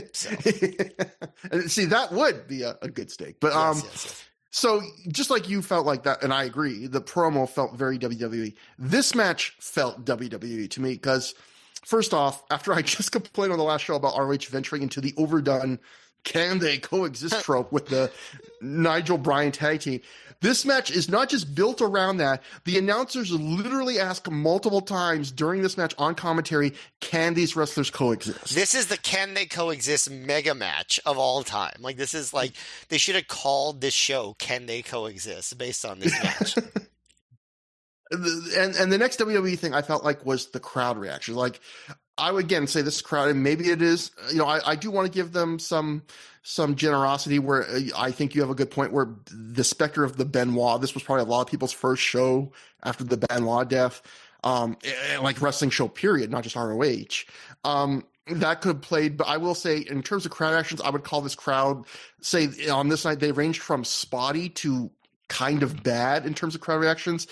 And in the first half of this match, they come alive here to a degree where at times they are one of the louder ROH crowds in recent memory. They are so excited to see the stars.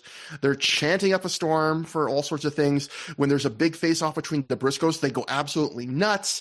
And then you start to realize, oh, they're just cheering for the wrestlers and not so much for the wrestling. Because as we get deeper in the match and like, oh, we're seeing all these cool guys we like, as that wears off and we start to get more into the nitty-gritty of the wrestling, they're back to their quieter selves. It's weird because it's the kind of crowd that is very common today, but wasn't in ROH back then, which is the fans who they're really into entrances, they're into seeing the stars they know and love, and they're into quote unquote moments.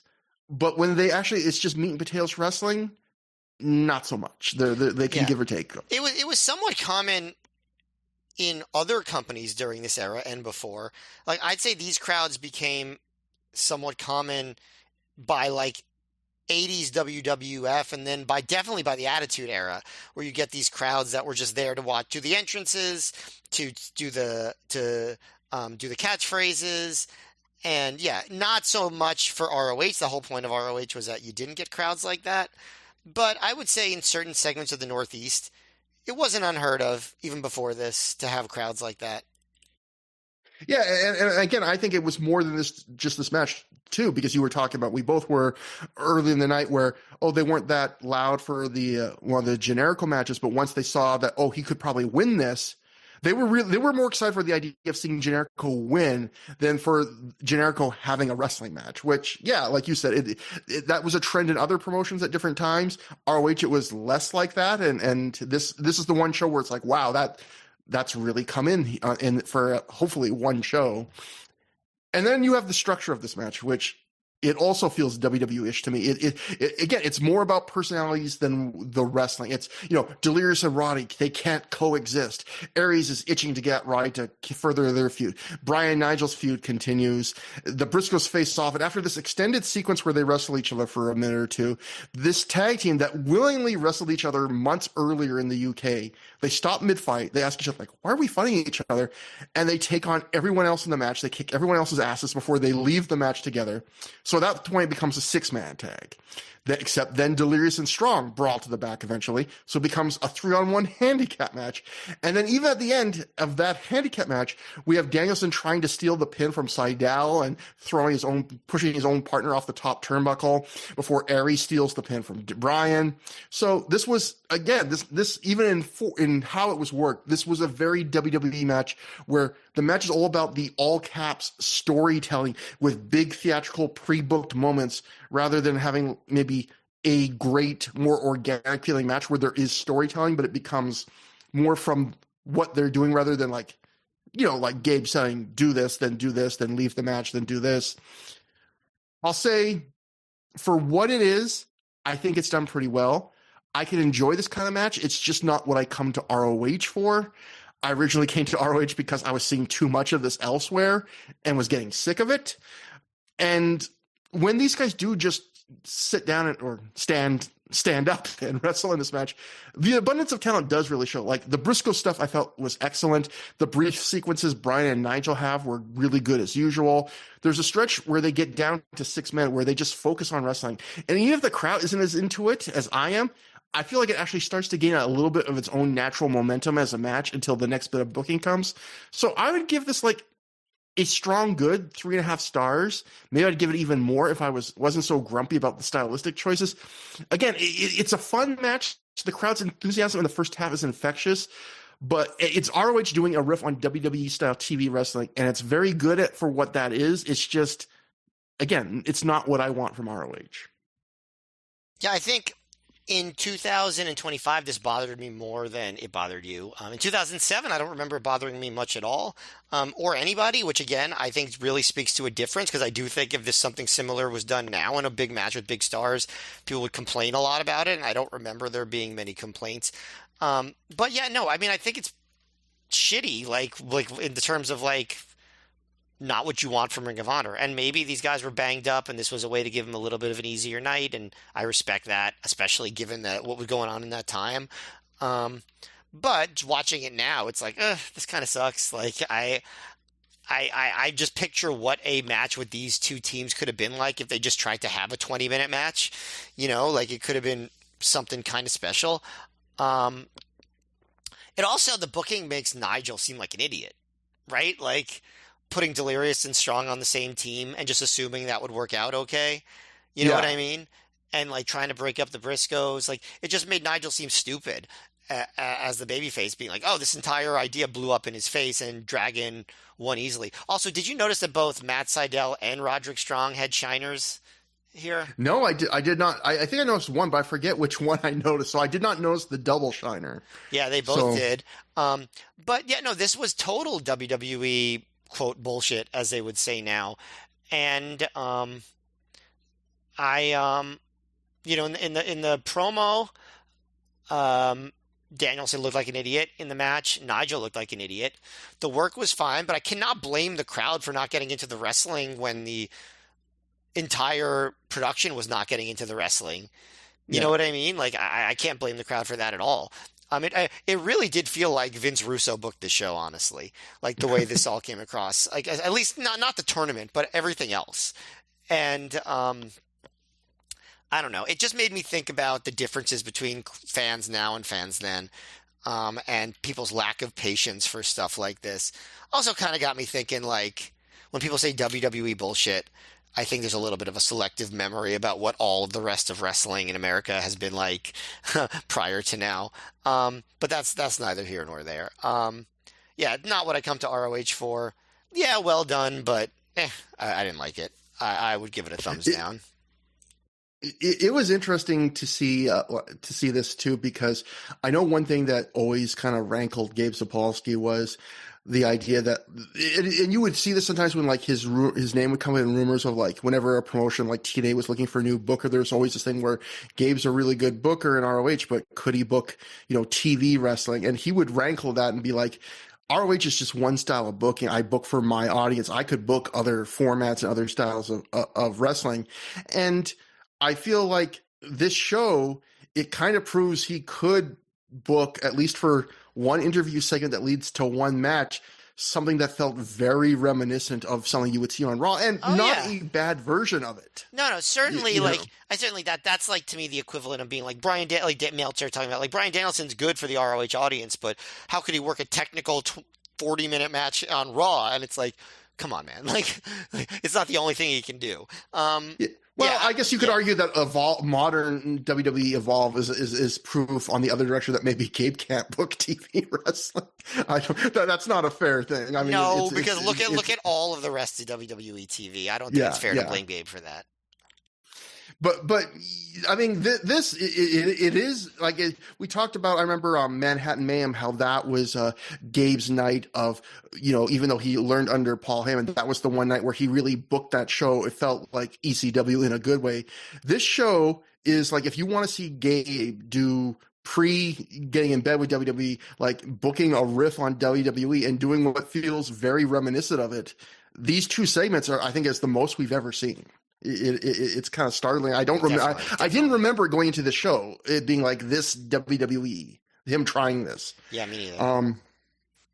And that brings to the one little bit of news that, this show was literally the day after the last show we covered, so that we didn't have any news section, but there was one interesting story that also was a little sign of the indie wrestling times.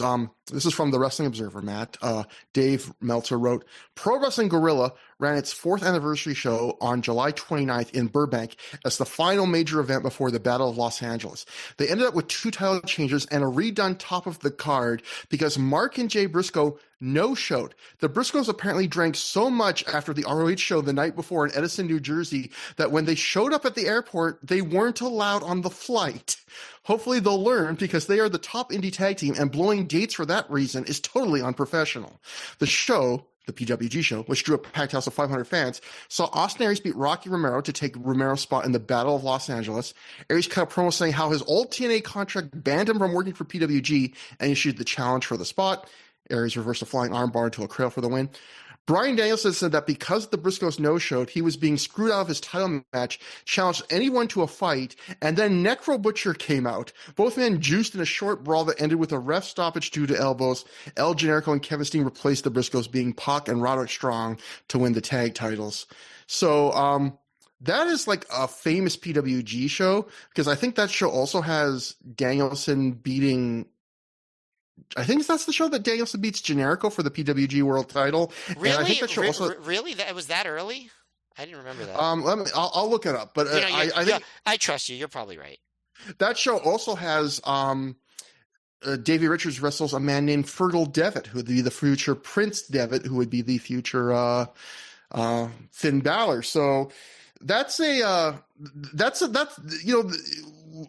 was our favorite promotion, the top indie, but there were certainly weekends where they did not have the best show, because I'm willing to bet if I went back and watched that, I might prefer that show to this, because man, that on paper there's a lot of stuff. Bryan Danielson, Necro Butcher. Okay, let me look it up. It was PWG Giant Size Annual was the show, and yeah, it was Bryan Danielson did double duty. He beat Necro Butcher by ref's decision in 9:36, and then 2 matches later, he beat El Generico in 11:40 for the PWG World Title. Plus, you had El Generico, the match right before that, do the Steen Generico beating Pac and Strong, Aries versus Romero, Scorpio Sky versus Joey Ryan. You can't win them all. Davey Richards against Fergal Devitt. The Young Bucks beat and TJ Perkins beat Gino Gambino, Carl Anderson, and Scott Lost. I mean, what a little snapshot of indie wrestling of the time. But the Briscoes got so drunk they weren't allowed on a plane. That is something. So they must have really had a good time this night.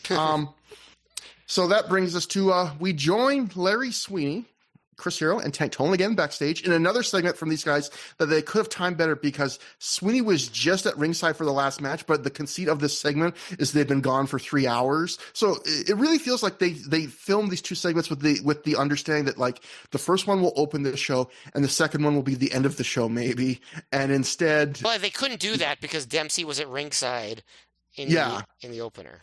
Yeah, it just doesn't make sense. Anyway, maybe Vince Russo did book this. But yes, exactly.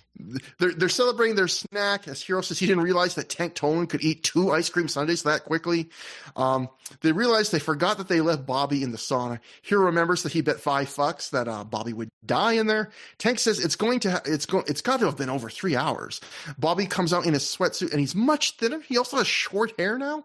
The gang celebrates and tells him, you did a good job. And then they hear a noise in the sauna and find the real Bobby Dempsey eating chocolate in the sauna. They angrily lock him in and walk away as Sweeney says they'll get him in the morning. The camera zooms in on Bobby, kind of expressionless, just eating chocolate in the sauna. So, of course, the guy I mentioned that looked like Bobby but skinnier was Bobby's brother, Derek Dempsey. This segment makes no sense because... Oh, you have one reason why it makes no sense?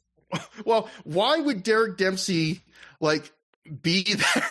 What was if Bobby Dempsey's plan was I'll have my brother sub in for me so I can escape, why does he stay in the sauna? Why does he eat the chocolate bar in the sauna where it'll melt when he could step 3 steps outside it? Trevor, you're there's nothing about this that makes any sense. How would Derek know to come? How would he have his own sweatsuit? Why would Sweet and Sour Inc. believe that this could happen within a few hours? Any of these things? I mean, yes, Vince Russo booked this, and no, I do not think. The first segment had some funny moments. This one was just low level Vince McMahon humor, in my opinion. My criticism is these segments are there's a bit of a mean spiritedness to them, and feel like they've been getting more mean spirited. I mean, with this show having like heroes saying, "I hope like $5 as he dies," and I think that's okay. I think heels are allowed to be not just mean, but sometimes evil and reprehensible in certain ways. I mean, there's exceptions to that, but I think my issue is the evil would go down a lot easier if Bobby was portrayed as the lovable underdog that's suffering and getting put through this, but he's going to have his big comeback where he stands up to them. And one, he doesn't really get that in a big, really satisfying way. But two, commentary we've talked about before on all these shows so far, they're like laughing at Bobby and being like, yeah, he like I feel like the proper way to do this, and the traditional way wrestling generally would do this, we have the commentary and everybody other than Sweet and Sour Incorporated really reinforce this isn't fair to Bobby, this poor guy, he's under their spell, he's getting bullied by them. Instead, everyone other than Sweet and Sour is also like, yeah, this fat load, like, yeah. I mean, we complained about the Jade Chung thing a lot, and this is obviously similar in some ways. It's worse in some ways. It's not as bad in other ways. But yeah, at least with the Jade Chung thing, they were building up to her breaking free. This doesn't come close to ever doing that. Yeah, and this segment too, like Bobby doesn't look particularly put out when they get mad at him. He doesn't come off as particularly smart or admirable for like his grand plan of staying in the sauna but having his brother pretend to be him. Like it just, there are ingredients here to make a successful angle, and it just tonally doesn't. It's tonally off to me. Even though I know this stuff did get over. This is a Vince McMahon style segment because Vince McMahon loved this kind of humor of just laughing at people who were, out of shape or, however, whatever else. You know what I mean? Like it was just Vince McMahon style mean spiritedness that didn't have any kind of positive direction. Yeah, it's just so weird because it's booking 101 how to deal with this stuff. And it's just like, imagine if you had watched like Randy Savage being overly protective of Elizabeth and the announcers were like, that's good. She shouldn't be able to breathe clean air.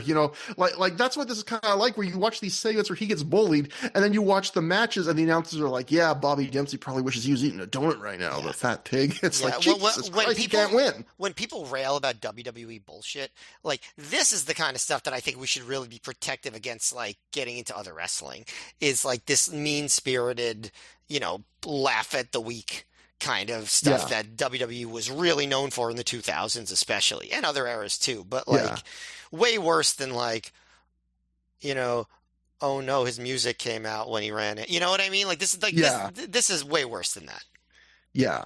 But that brings us to something thankfully completely different, and that would be the Race to the Top tournament final match.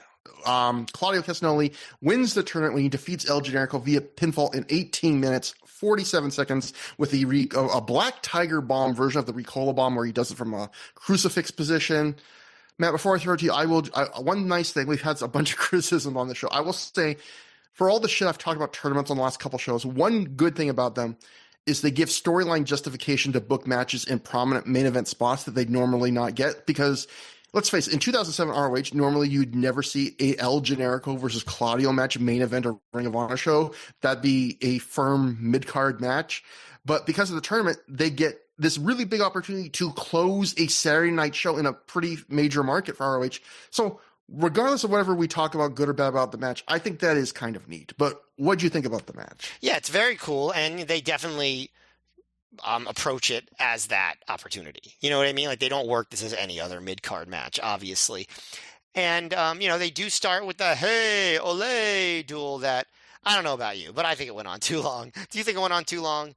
I think it went on too long, but not just that. I also feel like I was kind of back and forth. Am I like being too nerdy, nitpicky or not? But I also feel like, is the final of a tournament the time to really do the 2 or 3 minute plus extended crowd work thing? Where shouldn't you be focusing on it did kind of cut a little bit of the gravity of the stakes of the match. If they had done this for 30 seconds, I think it would have been fine. You know what I mean? But making it like it's a 18-minute match. This was what, like 3 minutes of. So it turned into a 15-minute match, right? Like, yeah. You look at this match and go, oh, it's like going to be a 19-minute epic. But between this and the slow start, like it's not. Then I'll get into what I think about the match after you, obviously. But I'll just say it's not the 19 minutes you might imagine it to be. Yeah, I mean, they definitely do the slow start, and the crowd is quiet early, as they have been. But I'd say it's one of those matches where a flip gets switched, and they suddenly kick into high gear, and then they just go and they stay at high gear. I'd say the moment that the crowd wakes up is when Claudio charges at Generico, who hip tosses him over the top rope and then immediately hits a springboard moonsault to the floor. And then he hits his trademark running, corner to corner through the ropes DDT on Claudio on the floor. And that's when things kick off and they get back in the ring and they're trading big moves. And that's pretty much what this match is. I would say this might be one of the more kick out oriented matches that we've seen yet in ROH, if that makes sense, where it's just like big moves, kick out, big moves, kick out. And I guess if you're going to say this match had a story, it's that Generico just wouldn't give up and was just kicking out of every kind of big thing because Claudio probably had more of the big moves.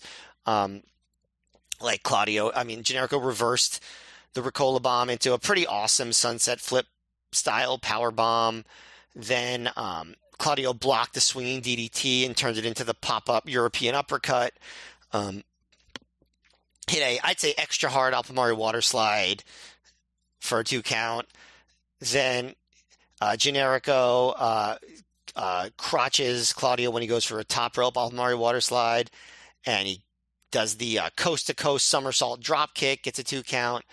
Brainbuster gets a pretty nice near fall for that. That's when we get the first ROH chant.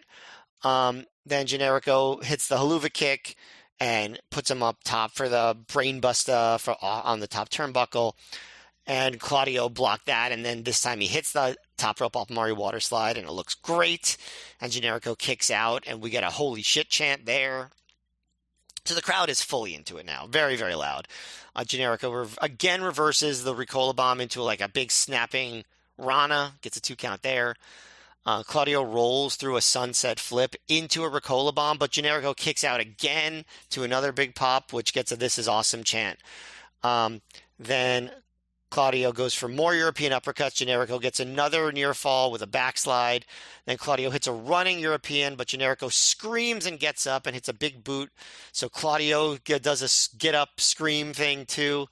And then Generico goes for another haluva kick. Claudio moves, runs up the ropes, hits another European uppercut, and then hits what the announcers refer to as a splash mountain Ricola bomb, where he puts Generico all the way over his head before hitting it and winning the match.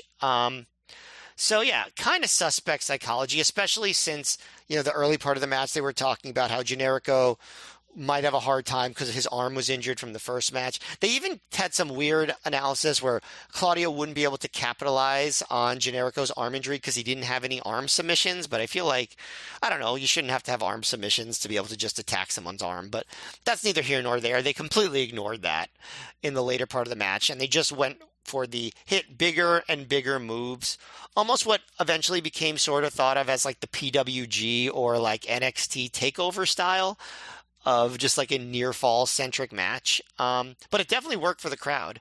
Got a kind of subdued crowd, very, very hot. So it was a success. I would say it didn't have a ton to sink your teeth into, but I would still call it a low great, just because of how exciting it was. And it definitely, like, just for me, as someone who was kind of just bummed out going into the live event, I came away being like, hey, I saw something really cool there. So, yeah. And I was happy to see El Generico get to shine like that. Could they have had a deeper match? Sure. Should they have had a deeper match? I don't think so. I think this is probably what the crowd needed on this night, this kind of like popcorn match that was just so exciting. So I think they did what they needed to do here, and I think it came off pretty well. Yeah, so my thoughts are, like I said earlier, yeah, you look at this match going 19 minutes is going to be an epic, and you said it perfectly. I actually had wrote that in my notes too.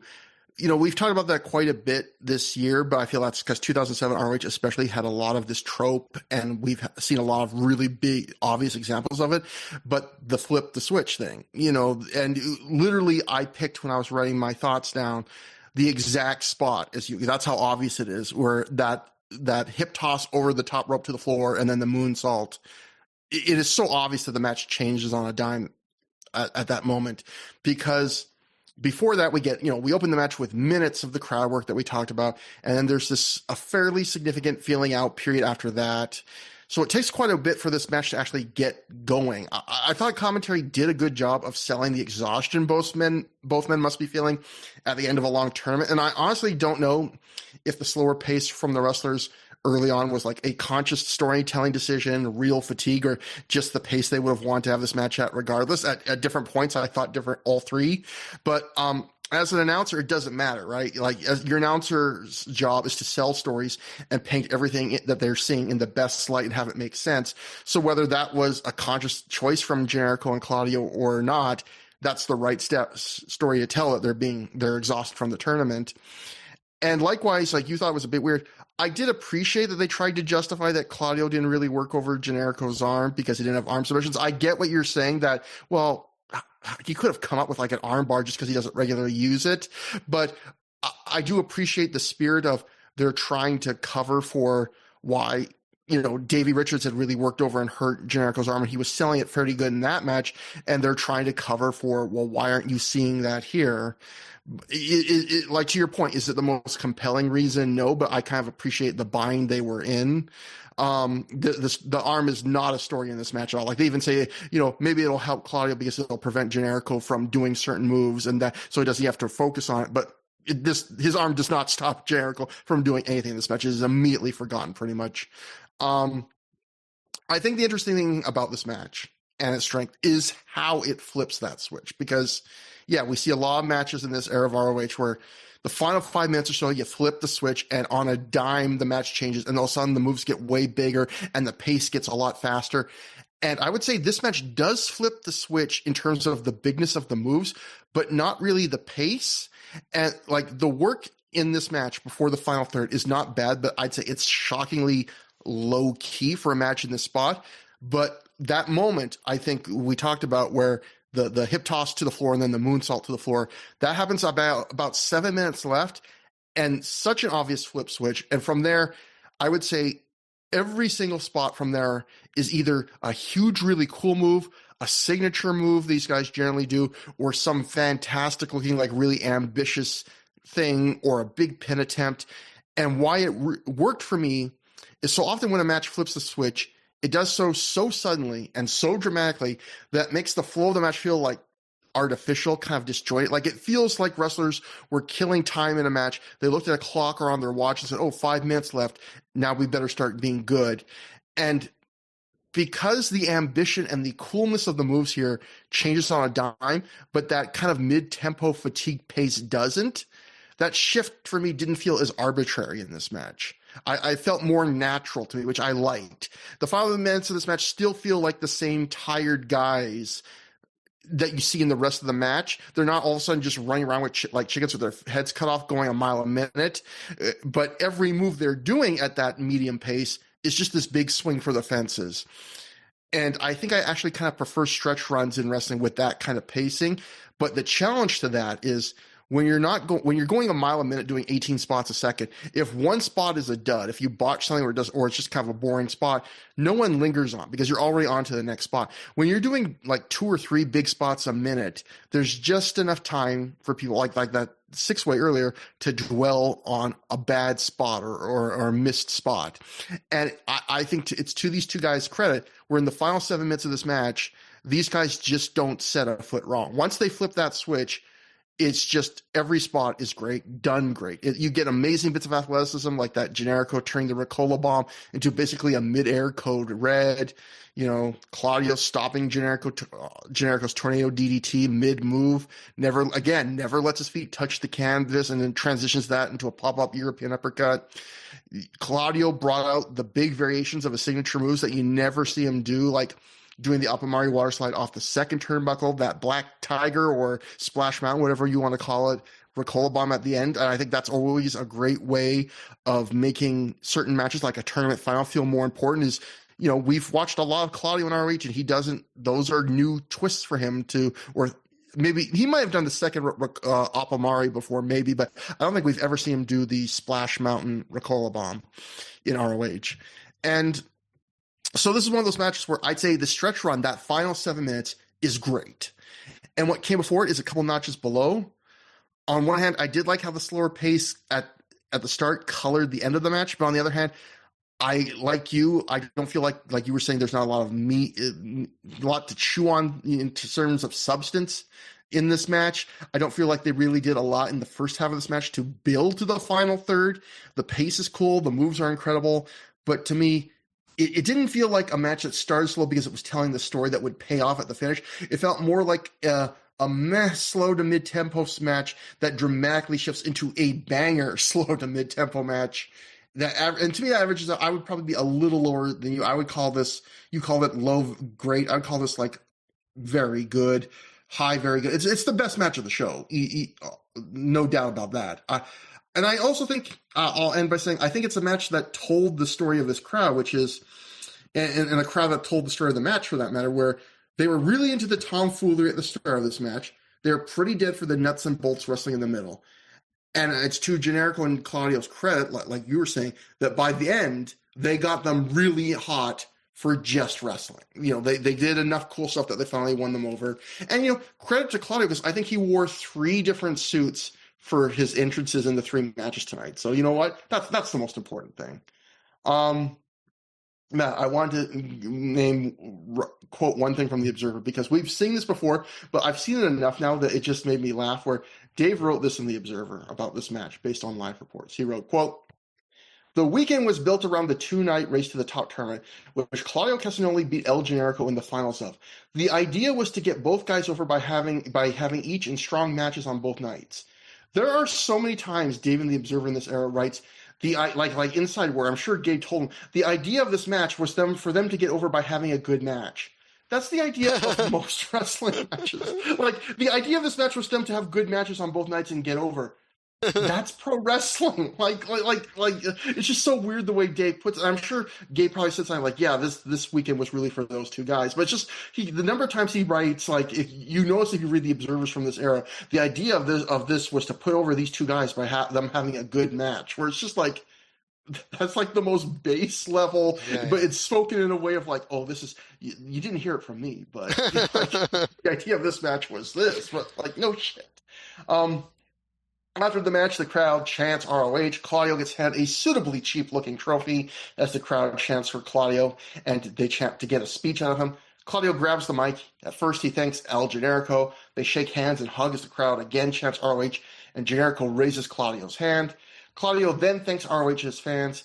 He says he hasn't always been a liked person here, but he moved to this country a little over 2 years ago, and as a result, he left his friends, he left his country, and he left his family to live for moments like this. The crowd chants for Claudio and the show, or at least the version I'll say the version of the show I was able to source. This show was a little harder for me to source, comes to a very abrupt ending, to the point where I was like, did someone who was ripping this do it correct? But it is a very abrupt ending. I think, you know, we've talked about sometimes Claudio doesn't do very good promos in this era.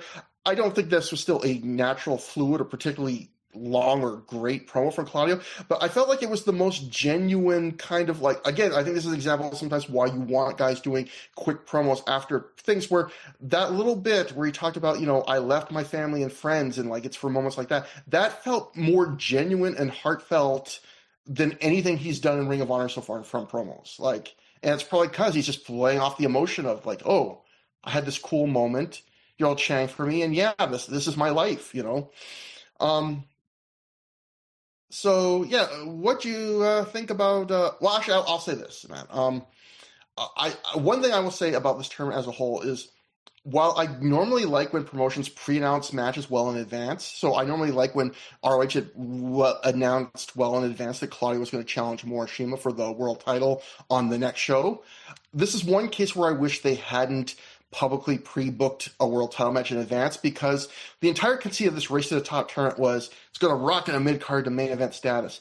And I think it's easier to sell that if Claudio got the world title shot, which he ends up getting on the very next show, because he won this tournament rather than in addition to it. Like the whole tournament, they're talking in every match like, oh, Claudio's already got that title match, where it kind of mutes the impact of this tournament a little bit, where it would have been, and it almost makes it feel pointless, like, oh, you know, Claudio, whoever wins this, like, if Claudio wins this, he's going to race to the top. Well, he already has a world title match coming up. Like, isn't that kind of his ticket to race to the top? But that's the one thing I kind of wish this tournament would do from a booking standpoint.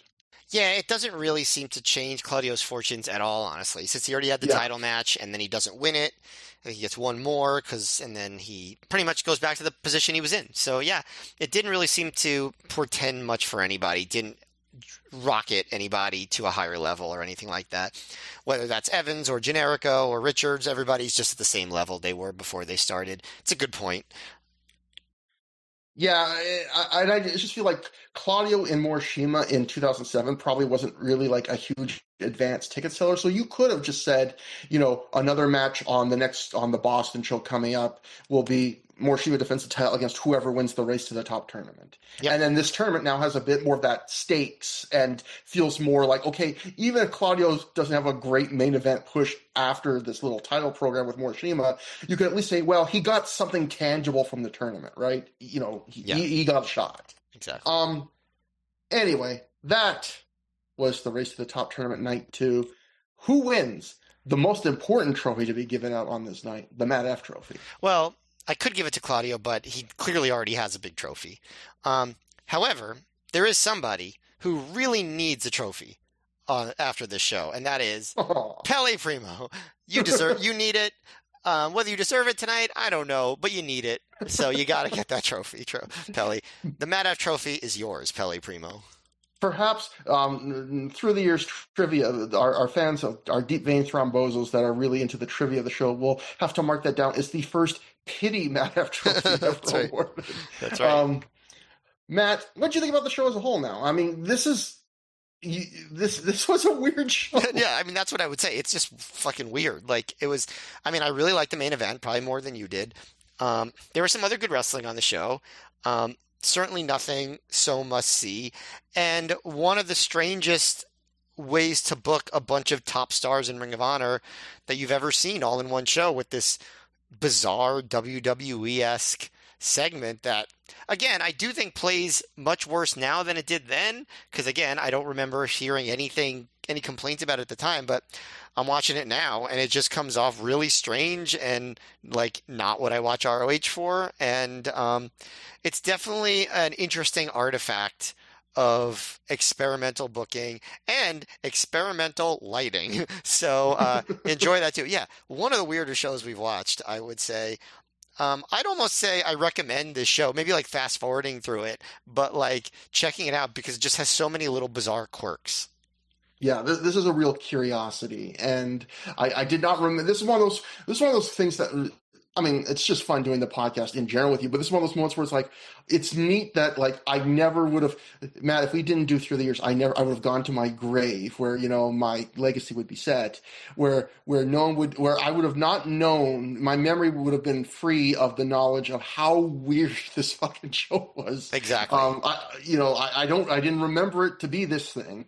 And yeah, it's not a bad show. Like, most of the matches are good, but it is, I think, of a piece with the first night of the tournament, where this tournament, just the matches they booked on paper, most of them, I came away from most of the matches on this tournament saying that was good or at least decent, but man, in my head, it was like one or two levels above this. And so that continues. The booking is weird in a way that is often unpleasant. But still a bunch of good wrestling top to bottom. It was nice to see Generico and Claudio get a moment in the sun with this tournament. And yeah, but yeah, hard to qualify this show as just, it is a curiosity. I don't know if people that aren't watching every ROH show of this era, or a lot of them, will kind of get how weird it is. But, you know, yeah, if you want something that's going to stick out as different, if you want something that's different than everything else in ROH this year, it's this show. But that brings us to plugs. ThROH@gmail.com. THROH for through, just the same way we spell it on the podcast. At Trevor Dave on Twitter. I forgot my Twitter handle. At MayorMGF. We're also on Blue Sky under similar handles. Next time on the show, we will open 2026 by covering the next show, Death Before Dishonor Night 1. That is a well-remembered show. On paper, I feel like we could use one after the Osaka show and these kind of middling race to the top tournament shows. That is a show on paper that is well-regarded. You've got Steve Generico versus the Briscoes in a street fight. You've got Claudio versus Morishima for the world title. You've got all sorts of fun stuff. So we will see. Honestly, in my wrestling fandom right now, I could use a really kick-ass, top-tier thing. So hopefully it lives up to my memories. So until then, until next time, have a good time. Have a great time. Happy New Year.